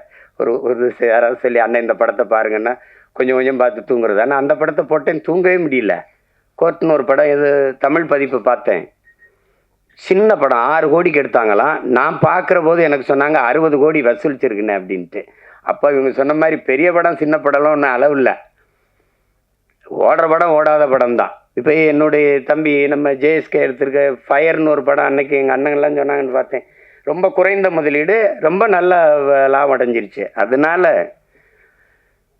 மிகப்பெரிய நட்சத்திரங்கள் நடித்த படமும் தோற்றுருக்குது. சாதாரண படங்கள்லாம் வென்றுருக்குது. அதனால நம்ம படம் வெல்லும், நீங்கள் ஒன்றும் யோசிக்காதீங்க. திரையரங்கில் சின்ன படத்துக்கு முக்கியத்துவம் கொடுக்கணும் அப்படின்னு. இன்னைக்கு சூழல் சரியில்லை, நமக்கு ஒரு சூழல் வருது. அதனால் இருங்க, பெரிய பெரிய வளாகங்களில் சின்ன படங்களுக்கு முன்னுரிமை கொடுக்கணும்னு சட்டம் வரும். அது வரும், காலம் வரும் என்று நம்ம காத்திருக்கிறது இல்லை. நமக்கான காலத்தை நாம் உருவாக்கணும். அப்படி ஒரு காலத்தை உருவாக்கிக்கிட்டு இருக்கோம். இங்கே சொன்ன இந்த மேலே 90க்கு போயிடணும் அப்படின்னா இல்லை, 2026 நம்ம அந்த 90 காலத்தை மறுபடியும் உருவாக்க முடியும். அதெல்லாம் ஒன்றும் அவ்வளோதான்லாம் எதுவும் கிடையாது, எதுவும் முற்று கிடையாது. ஒரு வாக்கியம் முற்று பெறும்போது இன்னொரு வாக்கியம் தொடங்குது. இங்கே புள்ளி வச்சா இன்னொரு வாக்கியம் தொடங்குது. அதனால அதெல்லாம் நினச்சி இது பண்ணிடாதீங்க. நாங்கள்லாம் திரைத்துறையை எப்படி சொல்கிறது, உயிரை விட மேகலா நேசித்தவங்க நாங்கள்லாம். படுக்க இடமில்லாமல் ஏவிஎம் சுடுகாட்டில் படுத்து கிடந்தவங்கன்னா அப்போ எவ்வளோ காதலிச்சிருக்கோம்னு பாருங்கள். பல இரவுகள் பட்டினி கிடந்திருக்கோம், பல இரவுகள். அவ்வளவு அன்பு காதல் இந்த திரைத்துறை மேலே. அப்போ இது அவள் அழிய விட்டுற முடியாது. ஆனால் எங்கள் அண்ணன் செல்வமணி அவர்கள், நான் ஒரு மேடையில் பேசுனதான் சொல்கிறாங்க, குறிப்பிடுறாங்க, இங்கே விவசாயியும் திரைப்பட தயாரிப்பாளரும் ஒரே நிலையில் நிற்கிறாங்க. அவங்க அவங்க தயாரித்த பொருளுக்கான விலையை அவங்க தீர்மானிக்க முடியலை. தீர்மானிக்கிற காலத்தை நாம் உருவாக்கணும். அப்போ தான் வேளாண்மை செழிக்கும், திரைக்கலையும் செழிக்கும். அது காரணம் ஒற்றுமை இல்லாததுனால தான். இன்னைக்கு எழுத்தாளர் சங்கத்தில் நம்ம ஐயாவும், தொழிலாளர் சங்கத்தில் எங்கள் அண்ணன் போன்ற தளபதிகள் இருக்கிறதுனால ஒரு பாதுகாப்பு இருக்குது. பத்தலை, எல்லாத்தையும் சரி செய்ய நினைக்கிறோம். இதை சரி செய்யாமல் விட்டுருவோமா என்ன? அதுக்கு ஒரு காலம் வரும். ஆனால் இதில் என்னுடைய மைத்துனர் சிவா ஆறுமுகம், அவர் ராஜான்னு நாங்கள் அழைப்போம். அவருடைய செல்லமாக அழைக்கிற பேர். நாங்கள் ஒரே குடும்பமாக வந்தவர், கடுமையான உழைப்பாளி. என்ன இருந்தாலும் அந்த நேசித்து வந்த திரைத்துறையை விட்டு வெளியேறலை. அது ஒரு பெரிய பெரிய அதுக்கு அவருக்கு பெரிய பாராட்டு. சிலர் விட்டுட்டு போயிடுவாங்க, ஆனால் விடலை. அப்போ படம் எடுக்க ஆள் இல்லை, சரி நம்மளே எடுப்போம். அதெல்லாம் வந்து அது ஒரு போர் தான், அது அப்படி தான் சொல்லணும். அது ஒரு தவம்னு தான் சொல்லணும். புலம்பிக்கிட்டு நிற்கலை, யாரும் வரல, யாரும் எடுக்கலை, இது அப்படிலாம் இல்லை. ஒரு அதுக்காக அவர் துணிஞ்சு தயாரித்ததுக்கு, அதை துணிஞ்சு நாம் வெளியிடணும் வந்த யுவராஜுக்கு 2 பேருக்கு என்னுடைய பாராட்டுகள். நான் வந்து என் மைத்துனர் சொல்லுவேன், இயக்குனர் சிவா ஆறுமுகத்தோட தயாரிப்பாளர் சிவா ஆறுமுகத்துக்கு தான் என்னுடைய பாராட்டுகள். அதுதான் ரொம்ப ரொம்ப பெருமைக்குரியது. அப்போ இங்கே எது ஒன்று எளிதாக கிடச்சிருக்கு, ஒன்றும் அப்படி ஒன்றும் வந்தோடனே யாருக்கும் வந்தது இல்லை. ஒன்று தான், எவ்வளவுதான் திறமை இருந்தாலும் வாய்ப்பு இல்லை என்றால் அது பயனற்று போகும். இங்கே நிறைய திறமையான கலைஞர்கள் வாய்ப்பின்றி இருக்கிறாங்க. அதில் இன்னைக்கு புதியவர்களை, தம்பி விஜித்தை, கண்மணி போன்றவர்களை, 2 அன்பு செல்வங்களை எல்லாம் பார்க்கும்போது ரொம்ப தேவயானி அவர்களே வியந்து பாராட்டுறாங்க. அந்த அந்த குழந்தையை அவ்வளவு அருமையாக நடிச்சு என்னுடைய கைக்குட்டை ராணியிலே நான் நடிக்க வச்சேன் அப்படின்னா அதெல்லாம் பெரிய வியப்பாக இருக்குது அப்படிலாம் நினைக்கும்போது. இந்த விழாவில் வந்து பங்கேற்றதில் எனக்கு பெரிய மகிழ்வு, மன நிறைவும் இருக்குது. தேவயானி அவர்களை நாங்கள் திரைப்பட நடிகையாக பார்க்க முடியாது, எங்கள் வீட்டு மருமகள், எங்கள் வீட்டு பெண், அப்படி தான் நாங்கள் பார்ப்போம். எங்கள் குடும்பத்தில் ஒருத்தராக தான் பார்ப்போம். அதே மாதிரி எங்கள் அண்ணன் பொண்ணு வனிதா வந்திருக்காங்க. வனிதாட்ட எனக்கு பிடிச்சது அந்த துணிவு, நினைக்கிறது செய்யணும், அந்த துணிவை எனக்கு பிடிக்கும். அது அவங்களுக்கு பாராட்டி. ஏன்னா நான் அந்த குடும்பத்தில் ஒருத்தன், அண்ணன் விஜயகுமார் அண்ணன் எனக்கு ரொம்ப பிடிக்கும், ரொம்ப பிடிக்கும். நான் அவங்களுக்கு இப்போ தனித்த அன்பு. அதில் படத்தொகுப்பாளர், கலை இயக்குனர் விஜயானந்த், படத்தொகுப்பாளர் எல்லாருக்குமே வந்து என்னுடைய அன்பும் பாராட்டுகளும். எல்லாரையும் சொல்லிட்டேன்னு நினைக்கிறேன், ஏறக்குறைய ஏதாவது சொல்லிட்டேன். தர்ஷன், வாங்க வாங்க மாப்பிள்ள. இவர் என் மைத்தனுடைய மகன் தர்ஷன் சிவா. இவர் அறிமுகம் செஞ்சுருக்காரு. ஆனால் அந்த படத்தில் பார்த்ததுக்கு இதுக்கு நேர வித்தியாசம் இருக்குது. காரணம் அதில் ஒரு பெரிய மீசையை வச்சு பண்ணுறாரு. அதனால் இவரை அறிமுகம் செய்வதில் நான் ரொம்ப பெருமை அடைகிறேன். எல்லாரும் வாழ்த்துக்கள் உங்களுக்கு. எல்லாரும் இப்படி வந்தவங்க தான். ஒரு தொடங்குதல் எளிது யாருக்கும், அதை தொடர்வது தான் கடினம். தொடர்ந்து அதையே தவத்தில் இருந்தால் யாரும் வெல்ல முடியும். அப்படிப்பட்ட கலைஞர்கள் இங்கே நிறைய அப்படி வந்து வென்றிருக்காங்க. இன்னைக்கு வரைக்கும் நான் சொல்லுவேன், இன்னைக்கு அப்போ நான் வந்து நேரில் ஐயா ரஜினிகாந்த் அவர்களை பார்த்தேன். தூரத்தெல்லாம் பார்த்துருக்கோம். அப்போ நேரில் 2.25 மணி நேரம் 2.5 மணி நேரம் போயிட்டு இருந்தோம். அவருக்கு இருக்கிற இந்த ஆர்வம், இப்போ இவ்வளோ படம் நடித்து இவ்வளோ சாதித்த பிறகும் புதிதாக ஒன்றை தெரிந்து கொள்றதில் அவருக்கு இருக்க ஆர்வத்தை பார்க்கும்போது இவர் ஏன் ஜெயிக்க மாட்டார் அப்படின்னு நமக்கு தோணுது. என்னை ஈர்க்க வச்சுட்டு சிமத்தில் வந்துடுறேன் அப்படின்னு போகும்போது அதே அந்த படத்தில் பார்க்குற மாதிரி அதே வேகம் நடை, அதே வேகம் இதை பார்க்கும்போது இவ்வளவு சுறுசுறுப்பாக இருக்கு. அவர் சோம்பேறிகளை கூட அவர் இயங்கிறத பார்த்தா ஏங்கிடுவான். அப்படி ஒரு இது அது. அவர் அந்த தேடலும் அந்த வெறியும் இருக்கிற ஒவ்வொருத்தனும் உச்சத்தை தொடலாம், சாதிக்கலாம். அதில் வந்து சாதாரணம் இல்லை. அப்படி வந்ததில்லை. அதில் இவ்வளோ பேர் இந்த படைப்பில் பங்கேற்றிருக்காங்க. குறிப்பாக இதுக்கு பிதாமகனாக இருந்து பீசுமராக இருந்து வாழ்த்திட்டு இருக்கிறது எங்கள் அண்ணன் அதியமான். அவர் இப்போ படம் இயக்கிட்டு இருக்காரு. என் தம்பி சுரேஷ் காமாட்சி தயாரிச்சிட்டு இருக்காரு. அதை சிறந்த படைப்பாக வந்துக்கிட்டு இருக்கு. ரேவதி அக்கா அவங்க நடிச்சிட்டு இருக்காங்க. அதுவும் இது போல் ஒரு குடும்ப பாங்கான ஒரு படம் தான். படத்தை வளர்ப்பதிலேன்னு இருக்குது. ஒரு குழந்தைக்கு முதல் ஆசிரியை அதனுடைய பெற்றோர்கள் தான், அதனுடைய தாய் தான். சொல்கிறான் பாருங்க ஒருத்தன், உலகத்தின் எல்லா செல்வங்களையும் ஒரு தட்டிலையும் தாயின் பேரன்பை ஒரு தட்டிலையும் வச்சா தாயின் பேரன்பு இருக்கிற தட்டு தான் தாழ்ந்து இருக்குன்றான். நீங்கள் எவ்வளவு உயரத்துக்கு வேணாலும் போங்க, எவ்வளவு ஒரு உயரத்திற்கு வேணாலும் போங்க, உங்களை பார்த்து பொறாமைப்படாத ஒரே உயிர் உலகத்தில் உண்டென்றால் அது உங்களை பெற்ற தாய் தாங்கிறான். உங்கள் மனைவி கூட இப்போ இப்போ 4 பேர் வந்து நம்மளை படம் எடுக்கும்போது பார்த்தா நம்ம கொஞ்சம் அதிகமாக தீதே அப்படி இருக்கும் அது பிரச்சனை இது. ஆனால் தாய் இல்லைன்னா நபிகள் சொல்லுவாரா, சொர்க்கத்தை எங்கேடா தேடிட்டு இருக்க, அது உன் தாயின் காலடியில் இருக்குடாங்கிறார். ஆபிரகாம்லிங்கன் சொல்கிறான், நான் இதுவரை பெற்ற எல்லா புகழுக்கும் இனிமேல் பெறப்போகிற புகழுக்கும் என்னை பெற்ற தாய்தான் காரணம்ங்கிறான். அது ஒன்றும் சொல்கிறதுக்கு இல்லை. தாயின் பேரன்பின் கிணை விஸ்வாமித்திரர் அவர் சொல்கிறார். அதான் வால்மீகி சொல்கிறான், நீ வந்து ஆண்களின் எல்லா வெற்றிக்கும் காரணம் வந்து பெண்கள் தான்றான். வந்து பெண்கள் அந்த தாய்மையை போற்றாமல் ஒன்றும் இல்லை இங்கே. அதுதான் நீங்கள் அதை தான் அந்த படம் வலியுறுத்துது. சுருக்கமாக அதை வலியுறுத்துது. அந்த தாய்மையை தாங்கி நிற்கிற தகுதி அந்த கதாபாத்திரத்தை ஏற்றிருக்கிற நம்ம தேவயானி அவர்களுக்கு இருக்குது. ஐயா பாக்கியராஜ் அவர்கள் சொன்னது மாதிரி நிழற்குடையே, இந்த படத்தின் நிழற்குடையே அவங்க தான். அது அவங்க போதும் தொடக்க காட்சிக்கு திரையரங்குக்கு மக்களை அழைச்சிட்டு வர அவங்க ஒரு படம் போதும். அதுக்கப்புறம் உள்ளே வந்தால் பார்த்த எல்லாரும் நிறைவாக சொல்கிறாங்க, எனக்கு பார்க்குற வாய்ப்பை நான் பெறலை, ஆனால் விரைவில் நான் பார்த்துட்டு அதுக்கான வாழ்த்தை நான் எழுதுகிறேன். படத்தில் பங்கேற்ற அனைத்து கலைஞர்களுக்கும், பின்னிருந்து உழைத்த அனைத்து தொழில்நுட்ப கலைஞர்களுக்கும், இவ்வளவு நேரம் இந்த நிகழ்வை பதிவு செய்து கொண்டிருக்கிற அச்சு, காட்சி, ஊடக என் உறவுகள், இங்கே அரங்கை நிறைத்து அமர்ந்திருக்கிற என் அன்பு சொந்தங்கள், விழாவிலை பங்கேற்று வாழ்த்தி அமர்ந்திருக்கிற பெருமக்கள் எல்லோருக்கும் என்னுடைய அன்பும் நன்றியும் வணக்கம். இந்த நிகழ்வை மிக அழகு தமிழில் தொகுத்து வழங்கிய தொகுப்பாளர், நெறியாளர் ஐஸ்வர்யா அவர்களுக்கு என்னுடைய அன்பும் வாழ்த்துக்களும்.